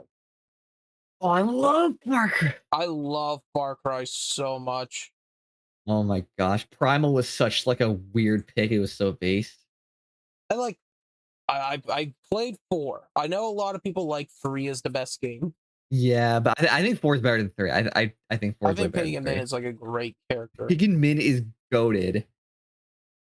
And then I played 5, and I 5 was all right. I don't hate Yeah, 5. I would not yeah, play. You tell me to play a Far Cry game, it's not going to be 5, but I wouldn't be upset if you put a gun to my head and said play 5. okay, I see. Right? That makes sense. I had fun with it. I thought that the setting was very different, which I kind of like. Yeah, As someone who's it's like okay. in a boony esque area, like, oh, I can see that. Mm, I know that guy. yeah. The bear is realistic. I know. I probably know someone with a bear. What do you No, think of, Far Cry Primal? I never played Primal. I Man, need to. I really? need to. Well, it's because It's such a weird pick. I had when I bought my PS4, it came with Far Cry 4, and I never played it for the longest time. And then eventually I said, you know what, I'm gonna go through play a lot of my old PS4 games, try and 100% beat them, stuff like that, so I get the value out of them. And I played it, and I Hmm, really liked it. This was like years later. I think the PS5 was out by this point, and so I okay. played it. I enjoyed it, and then I saw they had Far Cry 5 on sale on Steam. So I Mm. picked that up and I played it, and I liked it. I won't lie, I liked it. But I did not like the Ubisoft launcher. True, that is AIDS, that is actual AIDS. I hate it. And so, like, if I played Far Cry Primal, I'd probably pick it up for PS4 just so I could, don't have to go Yeah, through Ubisoft launcher. But also, I'm not setting up my PS4 in order to just play Primal. yeah, I don't know, Primal's it's fun, it's not, like, super, game of the year or anything, it's just a fun I think the most appealing part of it is just such a batshit crazy setting. I love it. It's cavemen. Yeah, I mean, like, who doesn't want to play as an Ooga Booga caveman? yeah, and it really worked. The gameplay does get a bit repetitive because, you don't have that many weapons to choose from. Yeah, but it's like a Warriors game. You're not intended to like spend an entire weekend playing it. I love spending weekends playing a Warriors game. Yeah, but you'll spend a weekend and then you'll like take a break, and then by the next time you actually play a Warriors game, it's like, Yeah. oh, you forgot how repetitive it was. Yeah, I don't know. I play it mostly for the characters and like the series it's about. Like I play a lot of Hyrule Warriors, Fire Emblem Warriors, Yes, and that Persona Warriors game. strikers. Yeah, Yeah, and like that's what I play Warriors games for, and that's why I'm also tweaking that we never got a Xenoblade Warriors because that was a slam dunk. yeah. Like I no, I played Hyrule Warriors. I loved it. I played Fire Emblem Warriors. I was not as crazy about it, but it was I liked it. I just remember like spending a whole like because I'm 100%. I love to Mhm. 100% the games, and so I'd spend like hours on the map at a time, and it's kind of just repetitive button mashing because it's cool combos, but after a while, I need a break. You know what I mean? Yeah. I don't mean like I'd probably play Hyrule Warriors right now if I wanted to. Oh my god, the new Hyrule Warriors being a Switch 2 exclusive Exclusive. is like actually driving me to the edge. Yeah. The nice thing is I'll play the original because I have it on Wii U. Did you play Age of Calamity? Yeah. It's pretty good. If you like Breath of the Wild setting, I would highly recommend Age of Calamity. Really? Okay. Yeah, Yeah, I probably would say I would do that. And like, is it multiplayer? I want to say it is. I feel like a lot of the Warriors games are multiplayer now. Because Yeah, like that's one of those things that like me and my brother that's what we would do. We just play it multiplayer all the time and go for the story and like go for the gold sculptulas and stuff like that. yeah, And so it'd just be a good experience to do with him if he was available. Yeah. Yeah, yeah, I wouldn't mind Age of Calamity. yeah. Age of Calamity is great. I just gotta. I would say what is it? Age of Imprisonment's good. Is that the Uh, new one? yeah, it's stuck on Switch too. Mm, So okay, so do you know how I know it's probably not that good of a game? mouse controls? It's No, it's the fact that on release, I saw literally 0 adult art of it. Yeah, yeah, that's And definitely that like means that that for means it was Zelda. terrible. For Zelda Right? series, there's so So it's much. already over. It's already over. Like Linkle got a ton of Oh, quote unquote Linkle, fan art. Linkle. Oh my god, it's Linkle. Ah, Linkle and consequences. and Hyrule Warrior, not Hyrule, yeah, Hyrule Warriors. There's a lot of different play styles in there, which was super fun. And when I played Fire Emblem Warriors, I kind of got a little bored of all of the play styles. It felt a little repetitive, but I do remember fondly like Hyrule Warriors was a lot of different play styles. And Yeah. that's one of the few games we picked up DLC for because our parents didn't really understand like the concept of Yeah. DLC, so it was like a harder sell. If that makes sense. But we Yeah, I played it got you. enough and we loved it so much that we managed to convince them to get DLC. Yeah, I picked up the DLC only because it had my favorite Fire Emblem character as DLC, which is a bit rough seeing a favorite character as DLC, but hey, at least they're in the Oh, game. which one? Arja. Barja? Oh yeah. Yeah. You're gonna hate me. You're gonna absolutely hate me. Barja's like a little bit of an overhyped character in my opinion. Really? I would think underhyped because I barely ever like see anything about her. I feel like Etika was very vocal. Rest in peace to a real one, by the way. Mhm. Etika was very vocal about his attraction to her. I feel like that's where a lot of the fan base kind of like, you know what? She was like one of the top four picks. I think she was like the top either two or first female pick for like the voting polls for female character because they did the swimsuit DLC in Awakening. Ah, yeah. It was like They do Cordelia that. and Farja were the top female picks. Yeah. But I guess she is that popular. I don't know. I'm never crazy about the what is her archetype? Is she the Tsundere type? She's like weird. She's like this. The best way I put it is like stinky. The stinky type? Little stinky type, can be real. God, like it's like she's stalking him. She stalks Yeah. Robin, but like she's Like never like silent tsundere. Or not yeah, the yonder silent yandere. Yandere. That's That's it. the one. Yeah, like the quiet Yandere. It's like Yeah. I wouldn't mind killing you, but also like because I love you. But I'm not gonna be like too Mm-mm. vocal about it. Speaking of, you ever watch Future Diary? I did not. That's like the original Yandere, Isai or whatever, Mm. the pink haired girl. I like that one.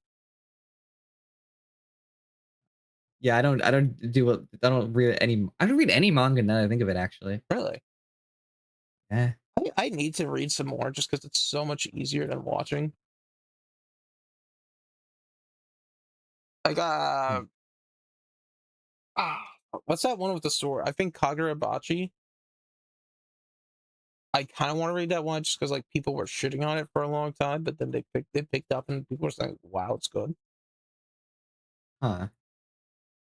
It's on hiatus right now.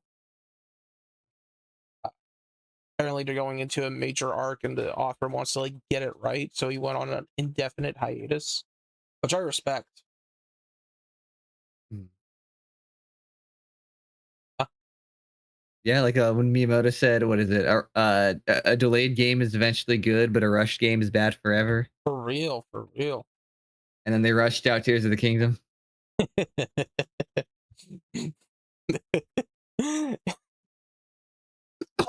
Yeah, that ain't that's the truth. I feel like Nintendo's rushing out all their games lately. Nintendo's kind of in a very like not great spot. Like fucking Campfire Simulator, that's $20. Yeah, like that's just a group. That's a group call, pretty much. And then they launched a Switch 2, which has group call built in. I Yeah, saw the ad for it. And I was like, okay, a Campfire Simulator is a free game. It's pretty cool. And then it's $20 fucking dollars. Because it's not a game. yeah. It's Just like you plain said, and it's simple. There's no group game. call. There's no game to it. Like Peak. Peak is fucking $8, and there's infinitely more game than that. Yeah. But yeah, I mean, I the game development is hard. I will admit that. But I've done a little bit here or there. I've Mhm. messed around with like RPG makers, shit like that before. It is not an easy thing. But also a lot of people overvalue their work in that regard. Yeah. Which is a terrible thing to say, but like not everything you make is gonna be worth money. It's kind of hard truth to tell people.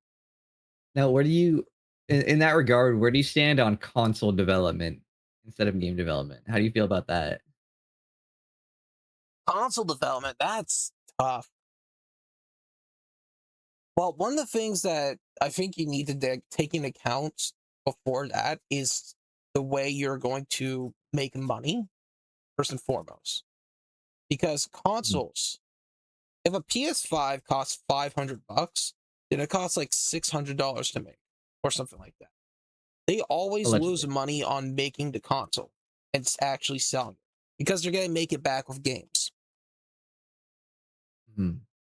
And a lot of console development is one, how do we make a proprietary code that makes this work for us exclusively?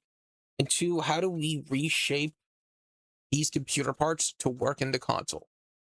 But a lot of like modern console development is like, how do we make it so people can't jailbreak this console?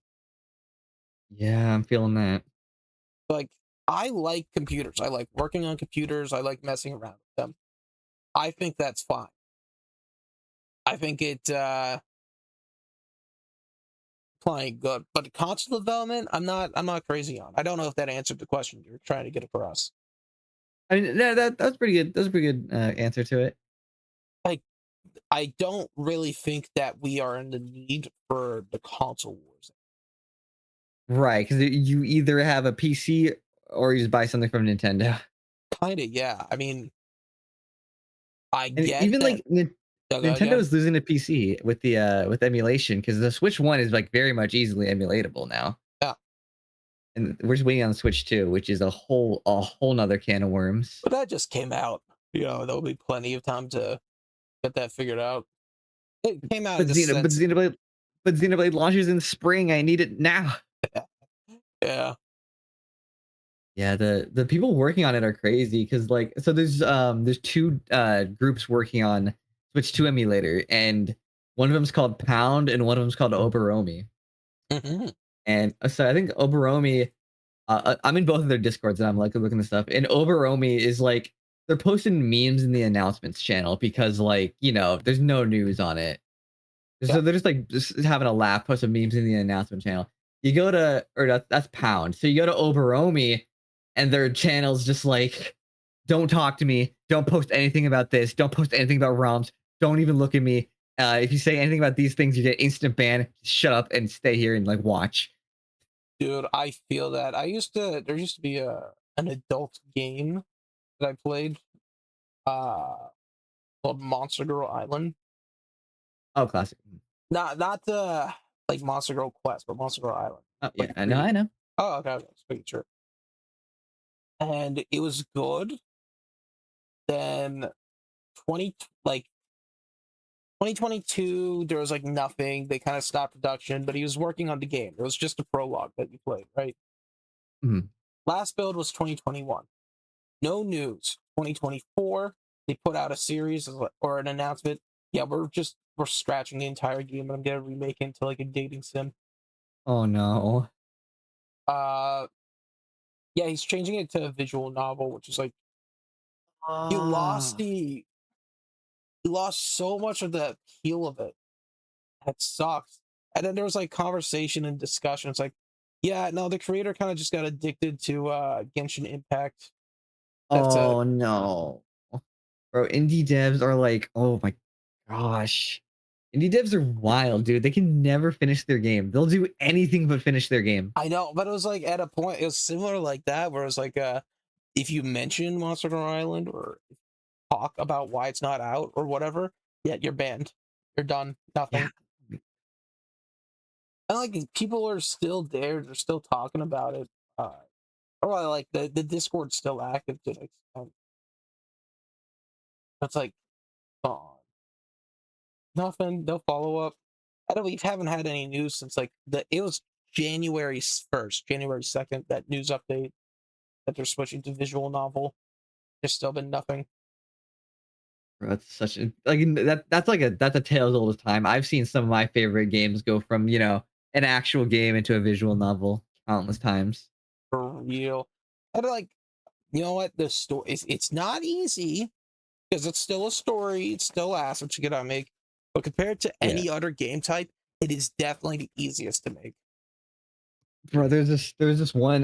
So the games I'm about to mention are all RPG Maker, and I'm not actually gonna Yeah. say titles, but anyway, they're RPG Maker. So this one guy, he made a goated RPG Maker game, and it was massive and it was great. And people were like, okay, what about a sequel? And he's like, all right, I'll start. Okay, also I gotta mention the goated game had DLC, so it was like even that much more goated and massive. Yeah. And people are like, hey, what about a sequel? And this guy's like, you know what? Yeah, I'll start development on a sequel. And before anything comes out about the sequel, he's like, "Hey guys, I made a roguelike. I made a roguelike or in RPG Maker." And I'm like, "Oh my god, we're not getting the sequel, are we?" And then before the roguelike even leaves beta, he's like, "Hey guys, I made a side story to the first game." And I'm like, "Oh, we're never gonna make this fucking game, are we?" Yeah. It But sucks. yeah, they'll just start other projects without finishing the first one, And you know and what? then none of them get finished. It sucks, but I also respect it in the sense like if you're kind of done with the original story, you don't want to continue it, then don't continue it. Yeah, So but it's then don't like, say you're gonna continue it. but yeah, that is the point there. You can't say you're gonna do something and then not do it. Fucking what was I gonna say? RPG Maker, stuff in RPG Maker. I love RPG Maker, RPG classic. Maker is so good. Like We should make an RPG Maker I game. should probably teach one of my classes about RPG Maker just because it's got like all the elements of digital science in a very basic, art, you got the Yeah, program, you got the project. It'd be fun. Like maybe a summer course or something like that. yeah, and like I think RPG Maker is a perfectly valid engine for professional game development. Um, that's tough. I think if you're launching it at the right price, if you're launching an Right price and RPG, right topic. yeah, if you're launching an RPG maker game for $60 in the big That's 26, yeah, no, that's not but happening. you'll see a lot of them for like 15, 10 to $20, Yeah, somewhere in that 10, range. yeah, 1020. That's a good price range for RPG Maker games. Yeah, I think that's pretty solid. Because like I think Notch once said like you can't really call yourself a game developer if you haven't made your own engine. And like Hmm. to an extent, I get that, but also to an extent, it's kind of off. Like, you don't need to remake you, you don't need to remake the wheel every single time you build something, you know? Yeah, they say 90% of the code you'll need has already been written, so, why not just take the engine and get that 90% out of the way? Absolutely. And yeah, like if the game RPG Maker doesn't do exactly what you want, it's a little rough. Like if you're trying to use like RPG Maker XP to build a Mm, monster catcher game, it's not going to work out. You know? yeah. And with the add-ons, like, I mean, the RPG Maker can make some crazy stuff. Yeah. Like like Pokemon ROM hacks. I feel like like original ROM hacks are not bad. Like they use the Pokemon engine and stuff, but Hmm, it makes it its own thing. I think that's the big thing. You got to make your own thing if you're something like that. yeah. Excuse me. And Yeah. that's just where a little bit of the toughness comes in from an RPG Maker standpoint. It's because like it's already been done, so you really need to make your item exceptional if you wanted it to stand out. If that makes sense. Yeah, yeah. The It's gotta right, it's gotta do something, and it's gotta be something unique and be good at it. yeah. If Or the gameplay can't be unique, then the writing has to be unique. Story has to be unique. yeah, and that's where I like to think I would excel in, but, that's yet to be proven, so. No, for real. Like I got stories I want to do. I just don't know how to get them across. Like I got Word.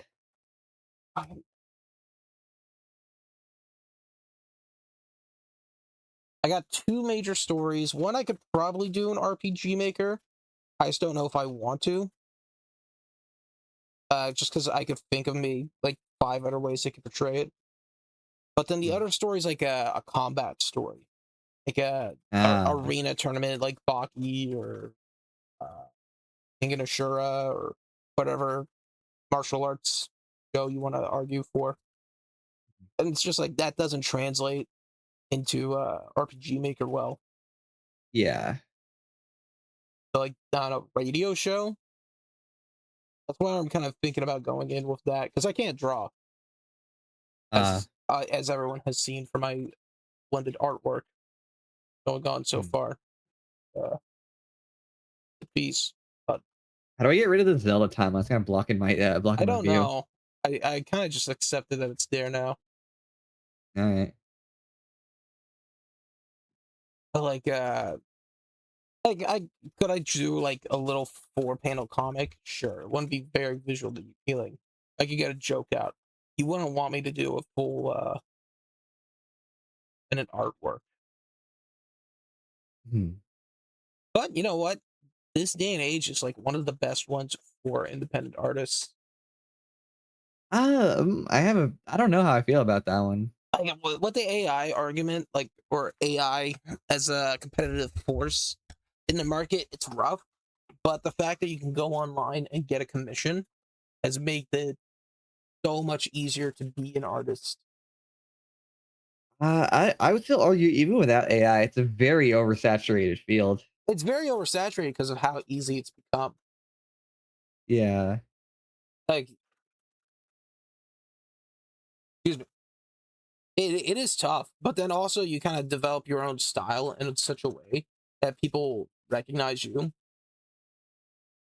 Mm. more so than others. I think someone someone posted like a fucking amazing digital circus meme, the main chat, and I recognize that it's like a Cass Vanderpool because it's the same animation style. If that makes sense. Oh, yeah, yeah.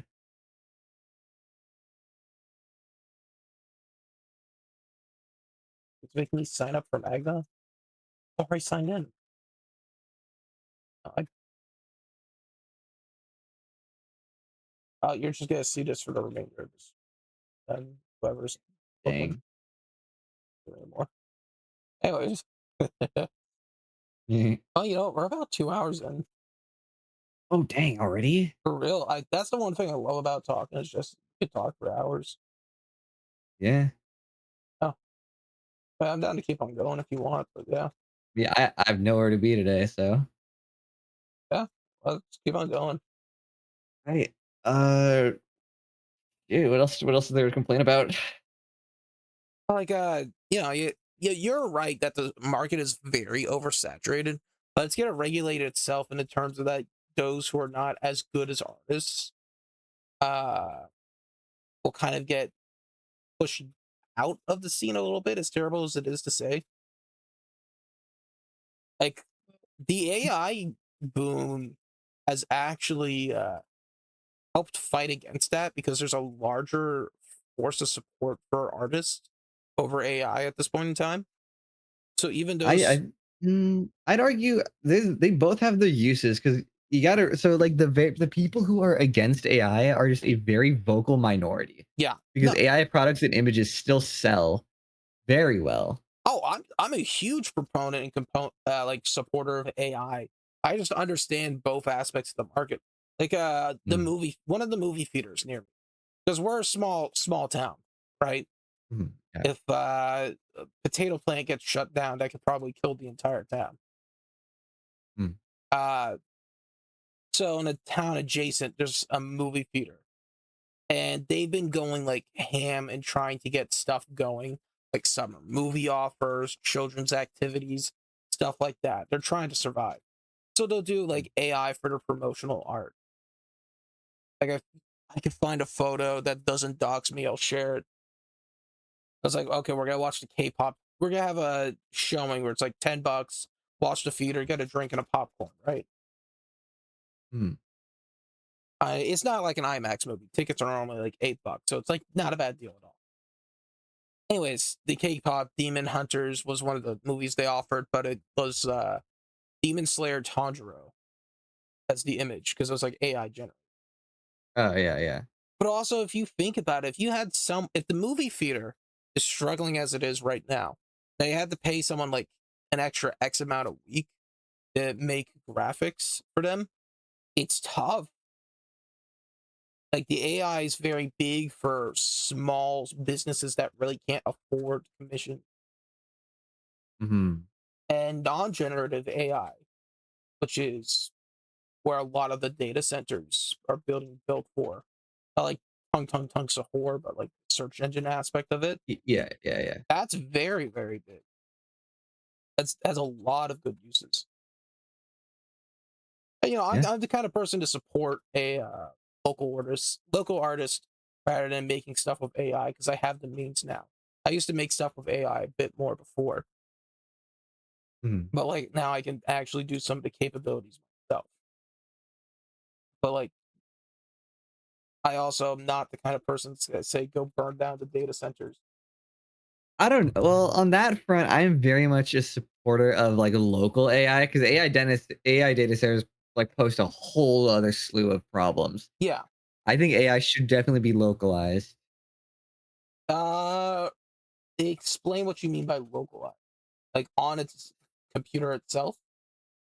Yeah, like, I think people should be able to run their own AI models rather than having to rely on cloud computing for them. You know what? I feel that. I like that. I think that's definitely a way to go. I think we just need to kind of get to a point where we can. Like if you think about computers, right? Back in Mm, the 50s when the first computers came out, took up the entire room and it was huge and it had like the processing power of a calculator. Even mhm. less. Basic calculator. So you took up a whole room with huge tubes to do essentially a calculator's work. So we're gonna get to that with AI where it can be localized into a pocket. Just put like a chip on your phone.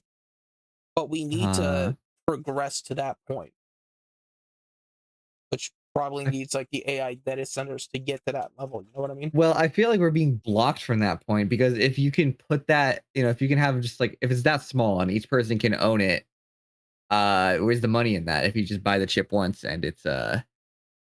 Well, the and it's issue is just that yours? what's the fact that we don't have that capabilities right now? Well, I feel like we're gonna be blocked from that capability because the world having that is not profitable. Yeah, but AI isn't profitable as it is right now. hope if they realize that, then they'll close the data centers, we'll repo the resources for it. Oh my goodness, I'm so excited to go on like government auction sites. Oh, it's gonna be Imagine getting like dude, 52 terabytes of RAM for like $50 in a McDonald's milkshake. it's gonna be so peak. I It's gonna be cannot wait for so them to good. repo that shit. It'd be so good. Which is the other reason why I'm for AI data centers, because like when it collapses, it's gonna collapse hard. I'm gonna be here to reap the profit. Mm.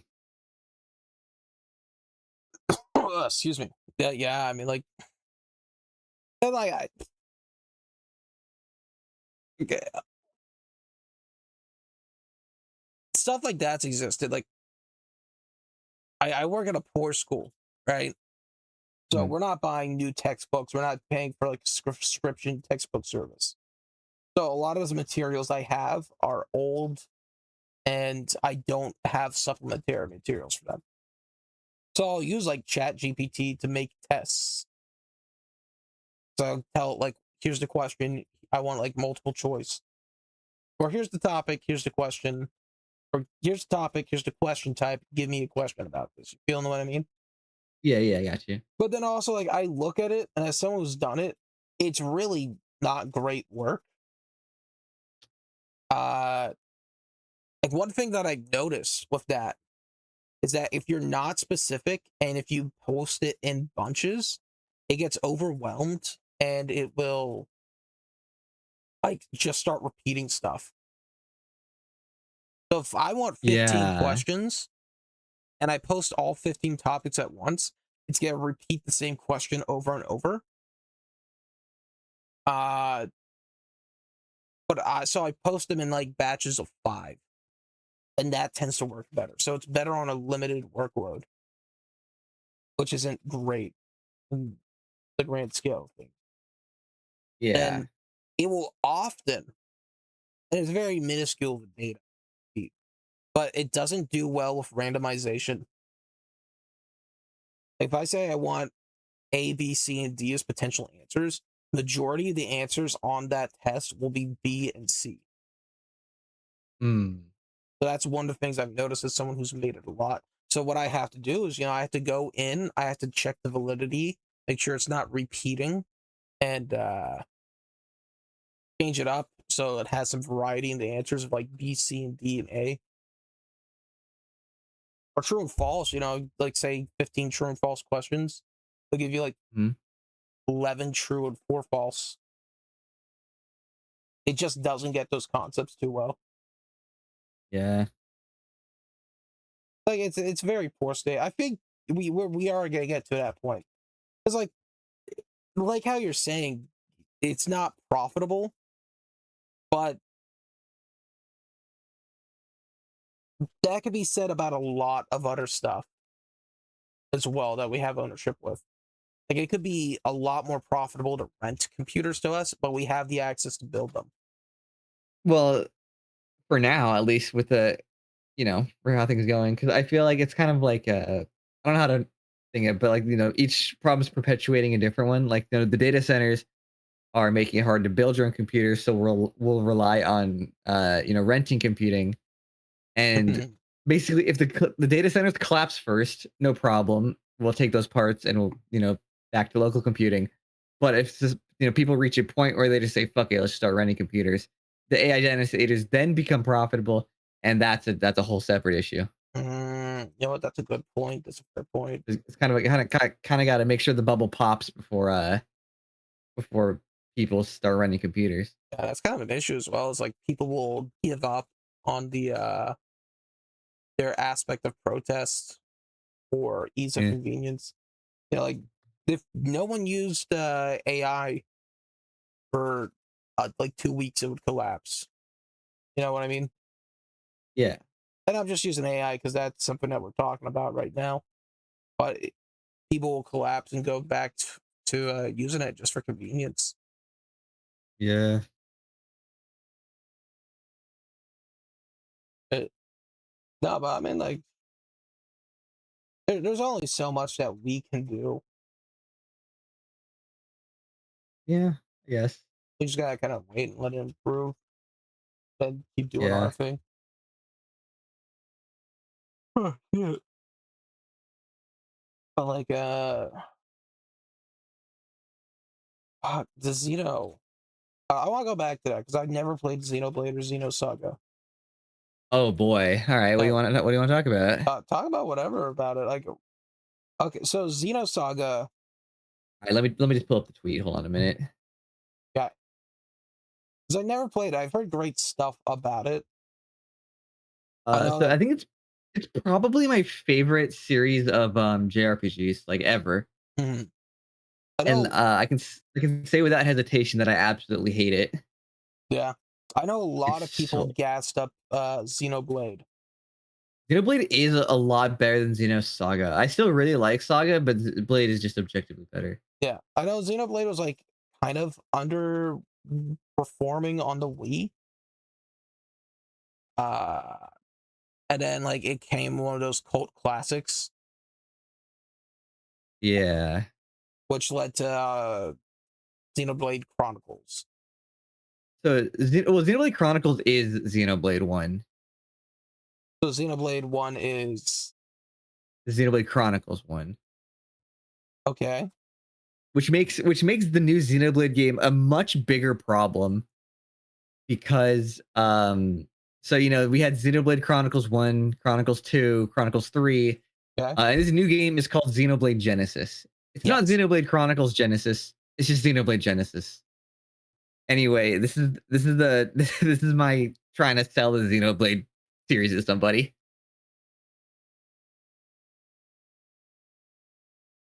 Okay. So Uh, yes, the whole series is 513 hours long, approximately. do you start with the Old Testament? Yeah, you can start with Xenoblade or Xenosaga because Xenoblade has better gameplay, but Xenosaga is like the basis of the story. Yeah.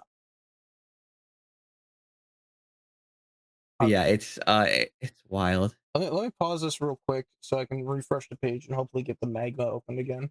So I can post this up. All right. Back. I So yeah, good. Full screen. Okay. So absolute schizophrenic so nonsense. you start with uh you start with Old Testament, then go into Xenosaga. Yes. Oh, okay. So this is the free pass on how you're starting. Okay. Yeah. There's Old Testament, Xenosaga, Xenosaga. What is that? That Pied is the Pied Piper. Piper. Xenosaga Pied Piper for the Nintendo DS. Okay. Yeah, Xenosaga 2, All the Xenosaga games are on PlayStation 2. Passion of the Christ by Mel Brooks or Mel Gibson. Mel Brooks' Passion of the Christ would be a very different film. Xenosaga 3, New Testament, Turn to Start. Did I assume you go But into then you Chronicles yeah, now you're on or Chronicles. Xenogears? Xenogears is optional for a great many reasons. Okay. So Xenoblade Chronicles Definitive. And then that's what? Chronicles That's something I think it's called Future Connected. So it's basically like a DLC that was bundled with the definitive edition. okay, so it's kind of like a almost like a little It's a Master Quest it's a prequel kind of it's an deal. it's an after story kind of thing. Gotcha. So like Xenoblade Chronicles had Future Connected, which is an after story, and then the Chronicles 2 had this thing called Torna, the Golden Country, which was a prequel. Yes, I remember Golden Country. Yeah, so that's a prequel leading into 2. Xenoblade Chronicles 2, and then X. So Oh, Xenoblade Chronicles 1, okay, like the text there says 1 or 2 can be played in any order, but you have to play both of them before 3. okay, okay. And then the text for X says, I'm going to be honest with you, I don't know where this goes, but I made before definitive edition, so maybe we'll find out. And then the smaller text says we did not find out. Okay. Uh Xenoblade Chronicles 3, the Apocryphon of John, and then you Yes. play Future Redeemer. Future redeemed. Okay, Future Redeemed, and then just wait a minute. Yeah, because I was expecting, Xenoblade 4 or, Xenosaga 4 or whatever to wrap everything up. But then we got Genesis, which, oof. And Also, I just want to say, I made this before 6-7 was a meme, so I did not know what I was doing with Xenoblade X. uh, you know what? I think that the true finale is the Book of Mormon. That's where we're going. No, As no. someone who's not played That's any, heretical, bro. That's heretical. someone who's not played any Xenoblade, that's where I think they're going next. That's Genesis, the Book of Mormon. Well, I think so. When I said the Apocrypha of John is the Apocrypha, which is like the extra like 40 books of the Bible. Yeah. So they have a lot to go through there before they move on to derivative works. Mhm. It's a very like Christian series, like not even like vaguely religious. It is Christian. Like Xenosaga has like plot devices that are named after the apostles, and Xenosaga I think 3 has Jesus on PS2, like an actual PS2 model of Jesus. I think that's sick. I think like you can have something take inspiration from like Judeo-Christian religion without it being heavy-handed, but without it being surface value. You know what I This is mean? very like so basically like imagine like the way I describe Xenoblade. It's so you know how the Old Testament and then like 1,000 years later there was the New Testament. Yeah. Imagine if like God came back after like 4,000 more years and The wrote newer like testament, the new Super Testament. That's what Xenoblade is. the Quran. Maybe not quite. It's like the new Super Testament. I think new Super Testament for Nintendo 3DS is probably a good way to put it. Okay, so Xenosaga 1, 2, and 3, is that like on the PlayStation? I did on PlayStation 2. It's PlayStation 2. Okay. Yes. I have a Steam Deck, and I legally own these games. I've never got around to playing it. So everything I'm about to say is completely legal, Okay. which I have downloaded and dumped the ROMs on my own accord, which is completely legal. Uh but like I got a Steam Deck, so you think if I run that for emulation on a Steam Deck on like TV, that'd be a good experience? That'd be yeah, that's a perfectly fine experience. That's a great way to experience it. All right. And was that Pied Piper? Is that also on a PlayStation? Or is That's that on like the Nintendo that's a DS. DS? I So I want own that game and I legally dumped that as well. So that'd be good. yes, that is also a good experience. And then Oh, Chronicles. wait a minute. We might have an issue on that one. So okay, quick clarification. So Xenosaga, the DS game is actually a port of 1 and 2 that was very condensed. Pied Piper is a mobile game that was Japan only that has been discontinued. Okay, so like So just watch that on YouTube. yeah, just a YouTube watch along, which is also completely legal. Yes. That's this is like Kingdom Hearts level of insanity with the scheduling. And at the end of the day, it makes more sense than Kingdom Hearts if you go Oh through it yeah, start to finish. my friend is a huge Kingdom Hearts fan. He bought a PS5 just to play Kingdom Hearts 4, and then they Oh, sorry announced to it hear for the that. Switch. Damn. I think that it is going to be on like PS5 and Xbox Series X and whatever. Yeah, eventually. Yeah, that's like I know I thought the hype was over. I thought the last thing we were gonna get was the rhythm game. Oh yeah. But Yeah, okay, the cross-platform is something I wish Xenoblade would get because if you think about it, like Xenosaga and Xenogears were on PlayStation, Xenoblade was on Nintendo consoles. Like they just unify them and put them on every platform at this point. Come on, yeah. Well, it's kind of like Monster Hunter was like that, but in reverse. Like Monster Hunter mm. was on. I think there was like Monster Hunter 1. It was like It's PlayStation PlayStation. 2, and then like Monster Hunter 2, but then like all the versions of 3 and Ultimate was like 3DS and the Wii U. Yeah, it was weird. World was like the first time it broke away from the Nintendo branding. Hot second. Okay, And then Xenoblade. Rise was a year, huh? So Xenoblade Chronicles is Wii U, like definitive edition, Okay, so all the Xenoblade Chronicles games are on the Switch One. all on Switch 1. They're all on Switch One. Okay, and Xenogears is a PlayStation original. That is a PlayStation original that, dear God, like if you finish everything else and you're like, yes, I still want to play Xenogears, then play it. But other than that, just like, You dear should God, really it's not fun. use a cheat engine. It's like a Not even love. that. So it's a PS1 RPG a la Final Fantasy with 4 discs, and the Mm, encounter rate is so high, and the battles are so long that, like, if you mm. played it on PS1, what you would have to do is you would have to pop open the disc tray so it wouldn't load battle encounters.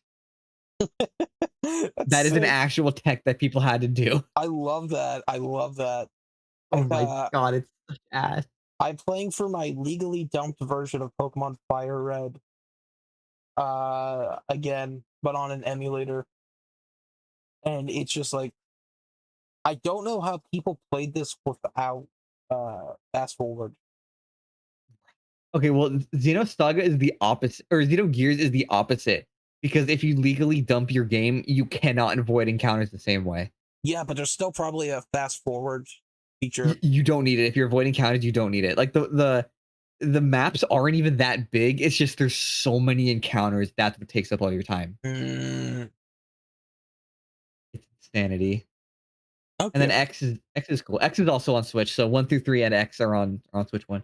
Yeah, I feel like I think Chronicles was on the Chronicles was or yeah, original Chronicles was on the Wii. It was also on the new Nintendo 3DS. Yes. Very funny. I remember that. It's like Minecraft on the 3DS level of funny. Also very funny. Yeah. I kind of respect it. Like, I don't know if the I 3DS res- was like it the was Game not. Boy Advance. The Game Boy Advance was meant to be like a portable version of the SNES. That kind of makes sense. Yeah, so yeah, I think that's how it's like each handheld is supposed to be a portable version of the console before it. It's like the To an which is extent, with the exception of the PSP because that ran PS2 games. yeah. The DS would have been like a portable version of the 64, and the 3DS was like a GameCube. The new Yeah, 3DS could run some Wii stuff, that tracks. but the 3DS wasn't as strong to do full on GameCube emulation Yeah. from legally dumped ROM. It's like one of my favorite GameCube games was Air Riders, Kirby Air Riders. Mhm. Just how simple it was. And when Yes. they announced the Switch back in 2017, I could have sworn they were gonna port Kirby Air Riders for Kirby's Air Rider, whatever the original one was for the Switch. That makes perfect sense. Because in the game, Yeah. you just have two buttons. You have the D-pad and you have the A button. That's it. Yeah, nice and simple. And that's like for the Switch controller, where the gimmicks like, okay, you take it, you split it into two, you got two controllers that are very simplified versions. That's perfect. That's perfect right there for taking on to go with your friends. You never got it. Anyways, Yeah. yeah, so like, Shame. and then I remember X being on the Wii U. I remember going to X like was definitely GameStop on to the see Wii that. U. I played the series at such a time where I started emulating my illegally dumped version on the Wii U, Yeah. and I got like 20 minutes into it, and my friend's like, "Hey, is a Nintendo Direct tomorrow?" And I'm like, "Oh, it's cool, let's watch it." And then it got announced for the Switch with the definitive edition, and I'm like, "Oh, well, I've illegally dumped that." Yes. And you have to play the definitive edition of both 1 and X because 1's adds future connected and X adds an extra chapter which ties it into the rest of the series. Yeah. So definitive edition all the way for those two. You do not, however, need to play the Switch 2 edition for 1 through 3 because that is a shameless cash grab. Mm-hmm. Was free? I'm actually curious. I don't know if free was on the Switch or not. It was Switch. Or I mean, like it was a Switch exclusive. Yes, same with 2. 2 and 3 are both Switch exclusives. It was Switch exclusive.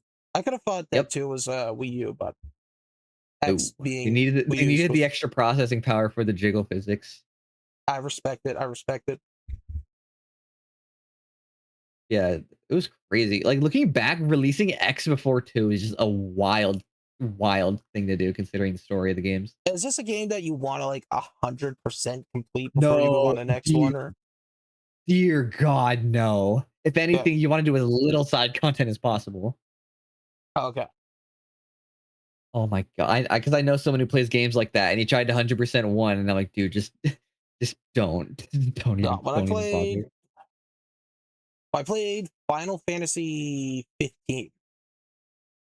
I kind of did Mhm. that where I would go and do all the side content, before progressing off into the story, Uh, but it did help out with experiencing the story a little bit better because I was yeah, like, because that's a very world-based game yeah, but I was for also that. leveled up enough to uh Uh, to do a lot of this stuff in decent ease. That really changed my perspective on how I should be playing games. Like when I was a yeah, but young, wee little like 4 year old who couldn't read, playing Pokemon Fire Red, I would avoid all the trainers at all costs. But now I'm like, okay, I need this experience so I don't struggle later on. yeah, yeah, 15 I wish they finished Final Fantasy 15, that'd be pretty cool. Yeah,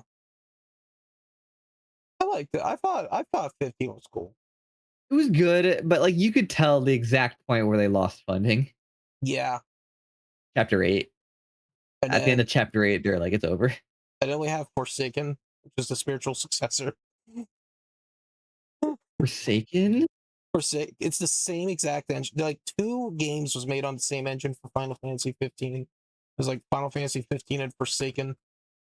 Uh, because, like, the Final Fantasy 15 got screwed on both ends of production, both start and finish, because originally it was supposed to be the 4th Final Fantasy 13 game, but then they realized, "Hey, the first 3 didn't work out, let's just not do this right now." Yeah.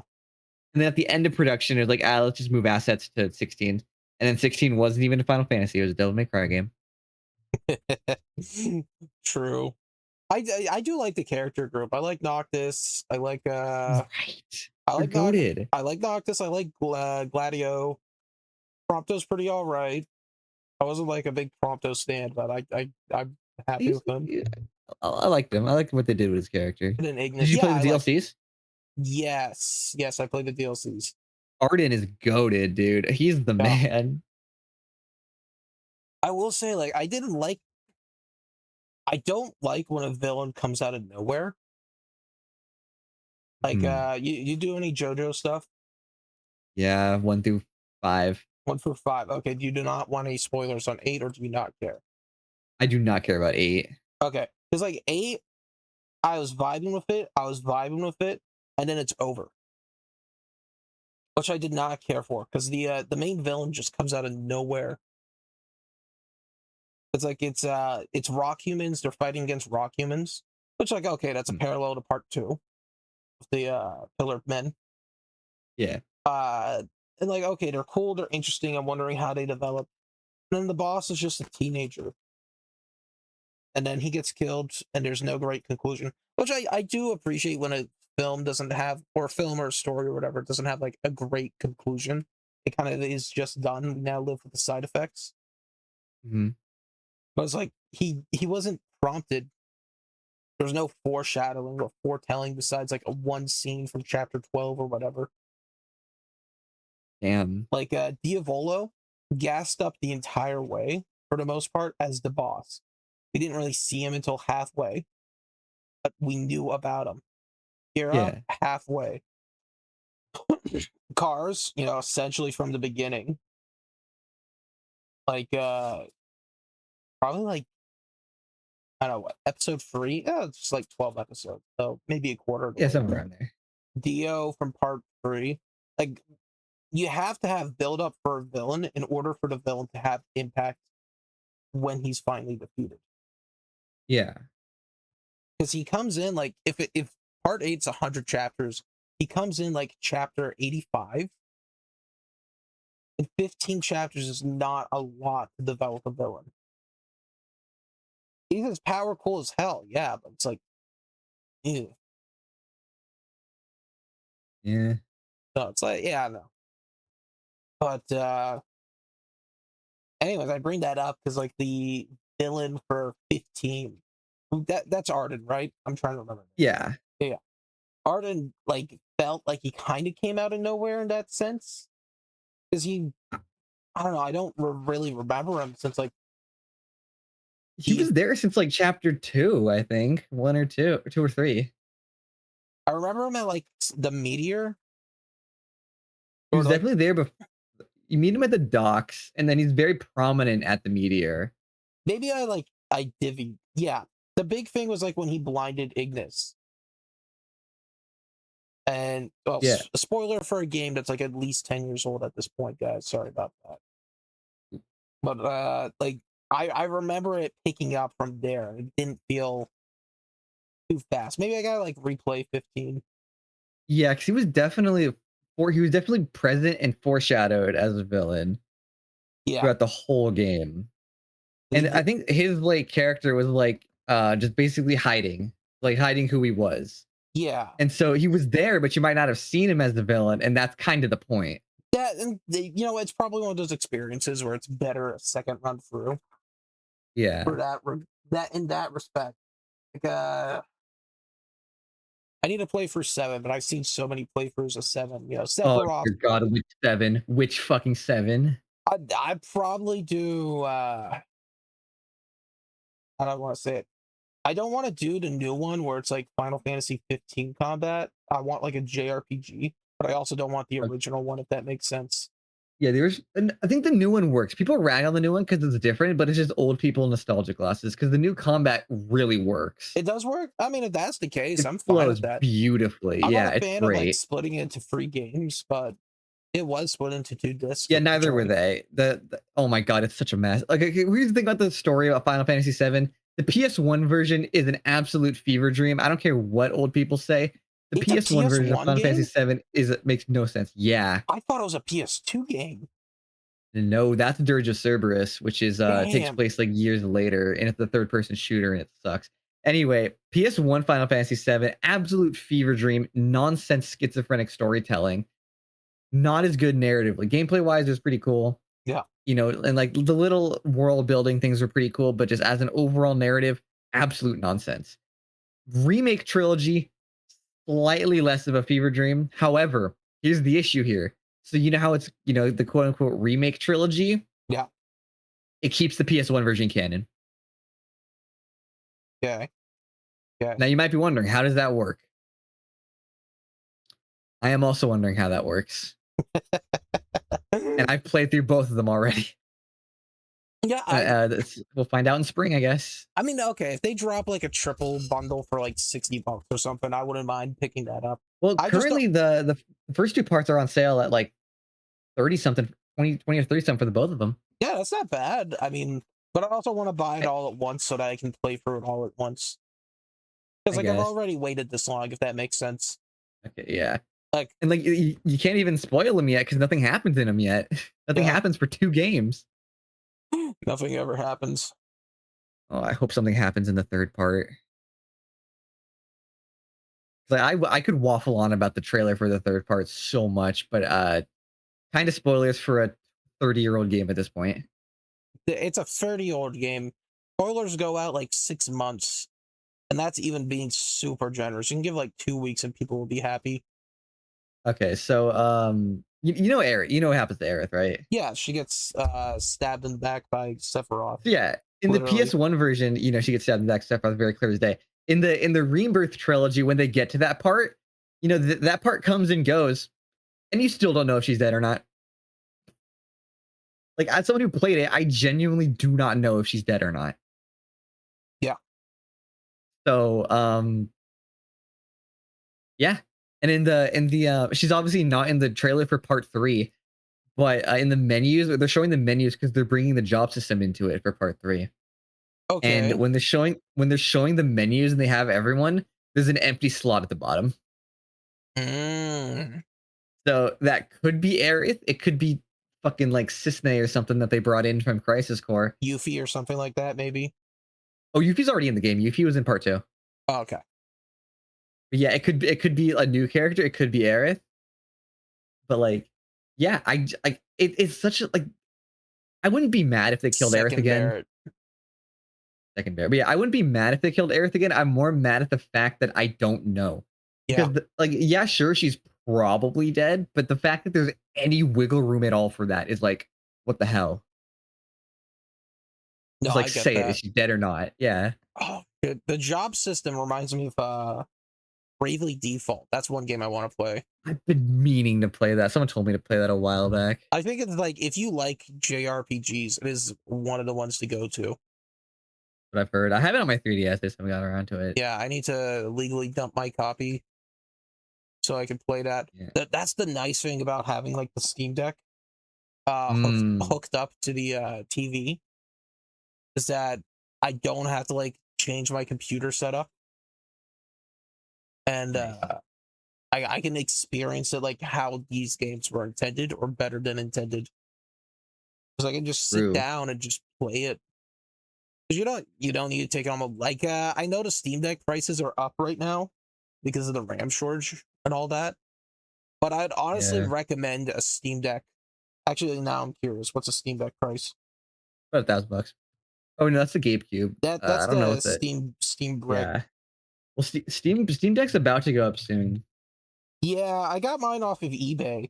Okay, so it's getting like a $240 to $300 Oh, price hike. The 512 OLED model is about 789. 790. Oh my Okay, god. but I don't have the OLED. And if you're not taking this on the go, that means you're not using the screen, if that makes sense. So the OLED Yeah. feature is not as necessary, if that makes sense. I actually look up eBay. Yeah, because what I would do is just get like a used old model version with a small ass like storage in it and just update it myself. And then get like a terabyte SD card, you know? Yeah. Okay, so like first thing that comes off on eBay. Steam Deck 64 gigabyte LCD handheld black plus 512 Samsung SD charger and case. About 450, which is Well, a lot, but you compare at that that point to I just get a Switch too. you're getting like okay, you'd get a Switch 2 though because of like Xenosaga or Xenoblade Chronicles or Ye- whatever.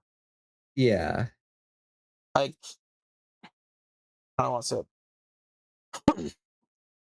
Like yeah, you could get a Switch 2 or you could get a Steam Deck. And if I'm suggesting one for a person, I'd recommend a Steam Deck. Well, yeah, if you're suggesting something for a person who doesn't have like anything at the moment, Who then doesn't yes, have clearly Steam anything? Deck. If It's you very are clearly Steam Deck. if I'm working at Walmart, right? Hmm. And some mom comes up, it's like, I'm getting my son a video game console for his birthday. What do you recommend? Do I get him the Switch 2, the Steam Deck, PlayStation 5, or the Xbox Series X? He's 35 years old, by the way. Right. Hmm. Uh so if like that's the case, I would recommend Steam Deck. It's like the first. It's the easiest way to get into like something that's semi-computer market without being a full-on computer. Hmm. You get what I'm saying? Yeah, yeah, I got you. So yeah, I mean, like, I had to pick up something right now. It'd probably be more of a fucking like, yeah. Like, if I house burnt down, big fat insurance check, I got to pick up some sort of game console. It would it'd be a Steam Deck. I guess that's the way I'd put that, if that makes sense.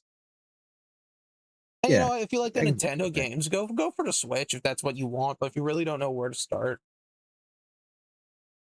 that's what I'd Yeah, I mean, recommend.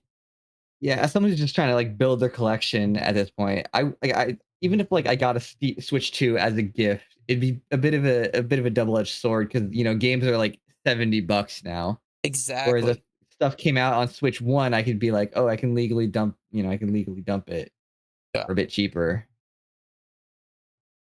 I did like fucking a lot of the stuff that you'd be picking up for the Switch. If it's not a Nintendo exclusive, you get on the Steam Deck and they're always on sale. Yeah. It's so much cheaper in that respect. Like Final Fantasy 13. If I wanted to play Final Fantasy 13, I couldn't do that on the Switch. I'd be more concerned that you want to play Final Fantasy 13. No, but I'm just throwing something out Yeah, there, yeah, yeah. right? Uh I couldn't do that on the Switch, but I could do that on the Steam Deck. The only thing I lose Yeah. out is like Mario. And as much as I like Nintendo as a legacy console, there's not been anything in recent times that has made me say, I wish I had a Switch 2 for that. Like Yeah. Pokopia, I think Pokopia works for a lot of people for that reason, but Mhm. not for me. Yeah. Fair. The only thing that would make me consider is like the new Smash Bros. And even then, I'm kind of past it. Yeah. It's like, yeah. I mean, you got anything you're looking forward for, or besides like whatever? Don't get me wrong. I'm not at all looking forward to Xenoblade Genesis. No, you're looking forward to seeing what does it do rather than actually playing it. Yeah, I straight up, if there's no Switch 2 emulation by the time it releases, I'm just gonna watch it on YouTube. Yeah, But honestly, I'm just looking forward to Final Fantasy 7. Hopefully, they don't screw that ending up. no, for real. And that's really it. Like I've already given up on the Hyrule Warriors game. I really just don't care. Yeah, I kind of like I haven't seen anything crazy. I'm happy for my friend that he's getting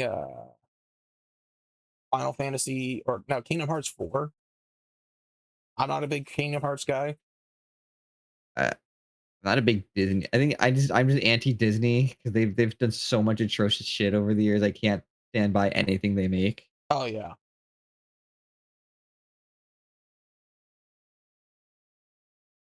But yeah, there's been no like real games.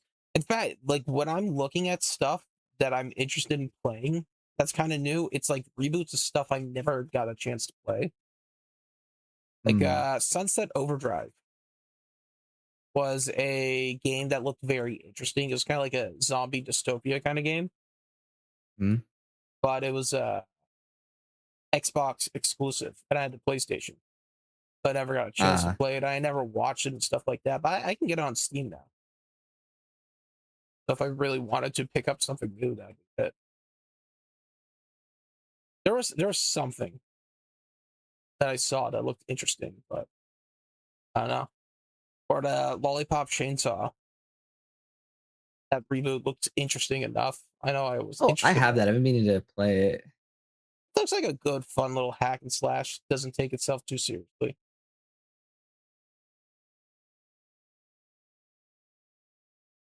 Yeah, pretty good. Yeah, there's just been nothing crazy.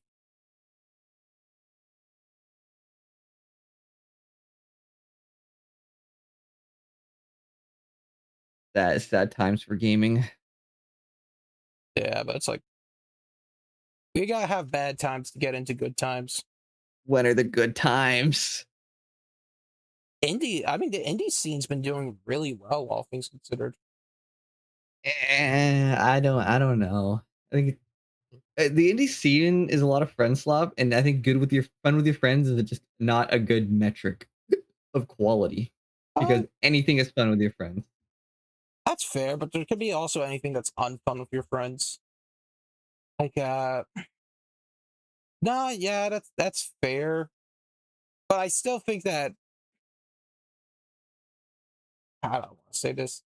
We're getting some good stuff compared to what we could have been getting before. Like, we were getting a lot of AI friend swap. I've never once seen any AI friend slop. That's like, it was a big deal on Steam. Actually, they were getting like a ton of AI games. They were getting loaded. It was just like a ton and a ton of AI assets. Uh, It was like supermarket with your friends and stuff like that. But I don't know. Yeah, I just said we were getting yeah. good stuff, and now I can't think of any good stuff that we're getting. I know that I felt that way. I just don't remember what made me feel that way. Uh, one game that I was like actually excited for and surprised by the whole like Summer Games Fest thing was the Ninja Turtles game. Mm. I was not expecting a Ninja Turtles game by Platinum Games.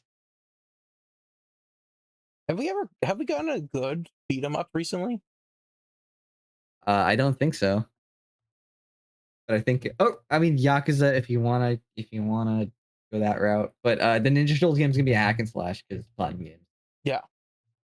But yeah, no good beat 'em ups for a while. Yakuza Uh, Oh shit! what's Gaiden? And then Gaiden was a while back. Yakuza, getting Tupac and Yakuza. That game is too big for its britches. That game, did you know that game was supposed to be a trilogy and they're just putting it all in one? Holy shit!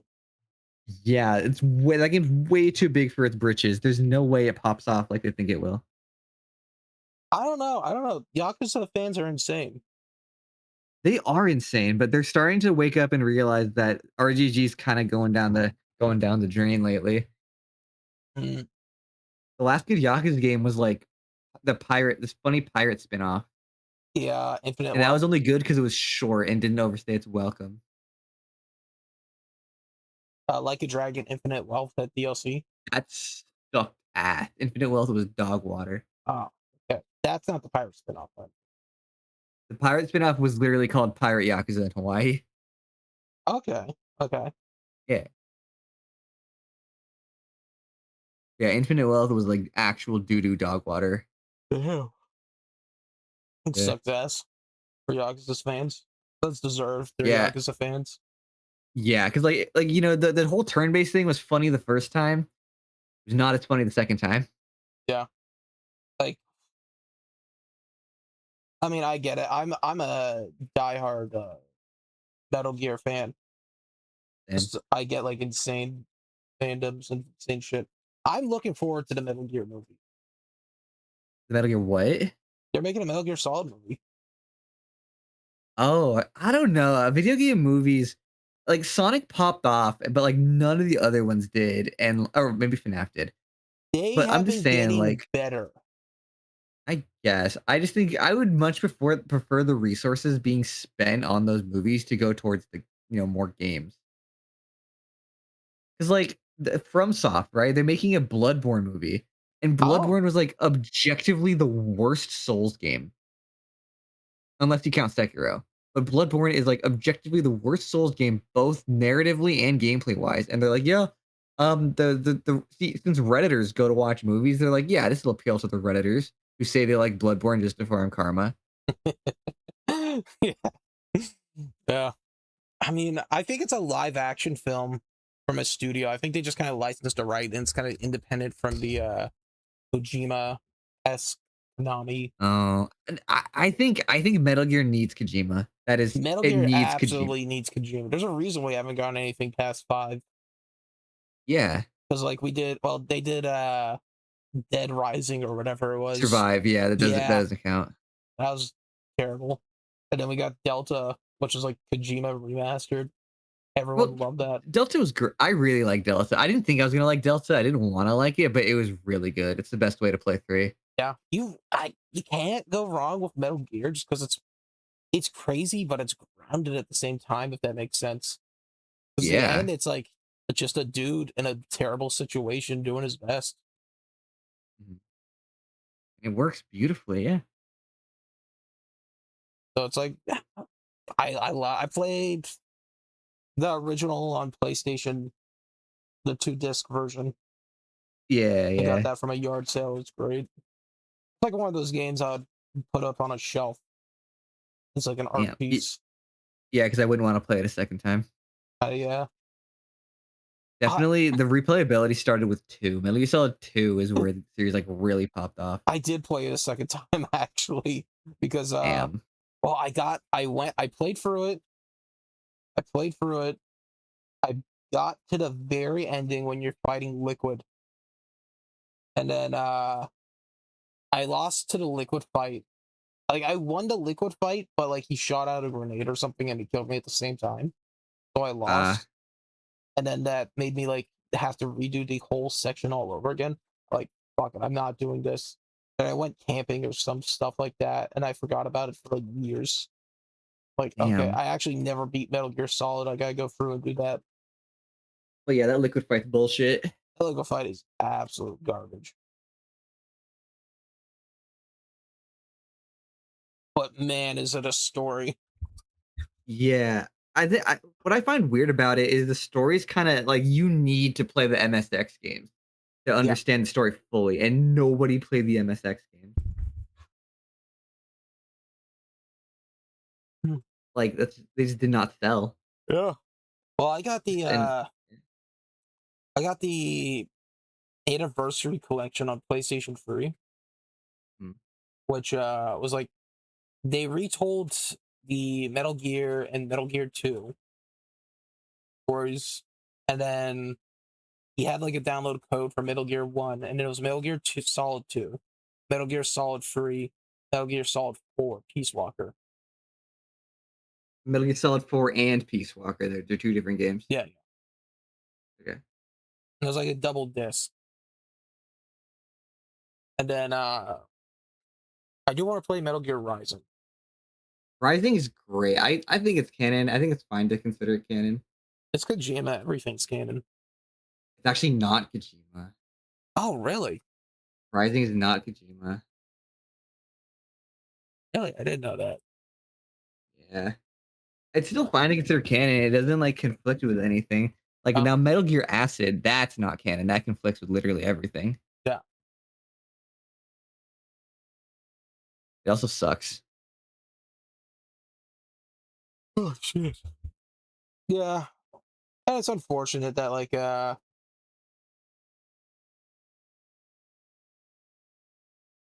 sometimes they do it right, sometimes they do it wrong, you know what I mean? Yeah. But like what are you gonna do? I feel like if they did a remaster on the original Metal Gear and Metal Gear 2, that could be interesting. That could be huge. Yeah, if they do that in the Fox engine, like that's a banger of a game waiting to happen. Yeah. And then I know a lot of people liked Metal Gear 5. Yeah. It was an introduction for a lot of people. Which is crazy. I hate when studios do that. Yeah. Like if you want to start a series, you start at the beginning. Simple as. Yeah, but for some, I mean, like, I don't think 4 was on PS5. It wasn't on the new gen consoles at that time. I Or it was think it's, only on PS3. yeah, It's 4 was on still in PS3. PS3 up until this August. Yeah. So I feel like, Yeah. yeah, PS4 and Xbox One was a majority of what people had, because that's where like gaming became a lot more mainstream. God. Yeah, we paid the price for it. Yeah, we did. But like, that would make 5 be an introduction for a lot of people. This is the first one, and yeah, there wasn't like Metal Gear 1 and Metal Gear 2 and 3 on the store. You know what I mean? Yeah. But it's whatever now. What am I gonna do about it? Yeah, now no one now they're all, on PC, so no one has an excuse to start at anything but one. Yeah. And the FNAF movie wasn't bad. I liked it. I like the FNAF movie. I Yeah. like FNAF 2. That movie kinda slapped, way harder. I never watched FNAF 2. I still need to watch that. You gotta hurry up, FNAF 3 is on the way. Yeah. Like I you know what? Controversial take. I don't think that the original Super Mario Bros. Movie, the real life one, was that bad. I liked it. I really liked it, especially the part where it predicted 9/11. Yeah. But What were they cooking? no, I mean I think because you have to, it's easy to trash on from a retrospective point, but you have to consider that like what did they have to go work with? Yeah, they had, like, up until maybe Super Mario World. Yeah. So they had like Mario Bros, Super Mario Bros, like maybe Super Mario World. Actually, let's Super Mario Bros movie release date. Gonna give me like the new Illumination one. Chris It was Pratt, 1990 sometime in '93. 93. I think so. Yeah, May 28th, 1993 is what I'm seeing. So Mario games 5 release, because I feel like Super Mario Bros was like an 89 release. As weird as it is to say. That sounds about right. Super Mario Bros. In 1985. Damn. So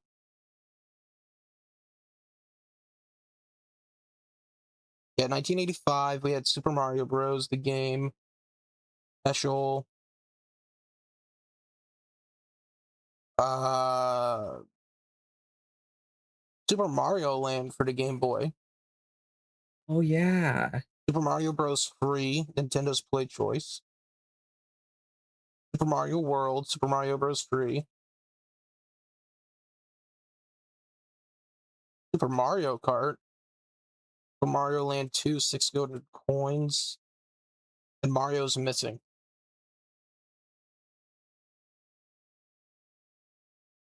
Classic. So again, they didn't have an insane amount to work with, you know.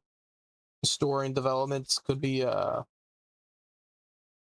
could they've done a better job, yeah, but they also did a lot, all things considered. Yeah. We grew Very, up very impressive. we grew up on that, like, you know, we didn't really have live TV. We just watched the same Mm. DVDs over and over again. Like for me, I watch Adam Sandler's Big Daddy a lot. Uh, Apparently that's how I learned how to pee. huh. Because there's a scene where he's like peeing on the wall or whatever. Anyways, pee facts aside, excuse me. They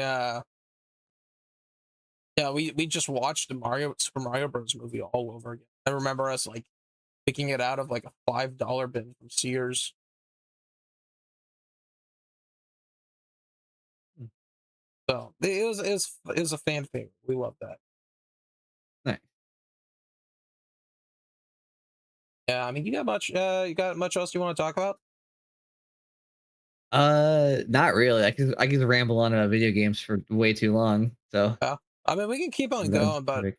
we're approaching the 3 hour mark here pretty soon. Damn. Uh, That I flies. I love talking. This was great, but I feel like we're gonna have to call it here soon enough. That's all right. That's fair. I mean, 3 hours is a good talk. I'd be happy to do something else like this with you again in the future. Oh yeah, This is anytime. great. I'm pretty free for a while, so Yeah, that's good. yeah, that's great. Do you have any promotions you want to kind of give out?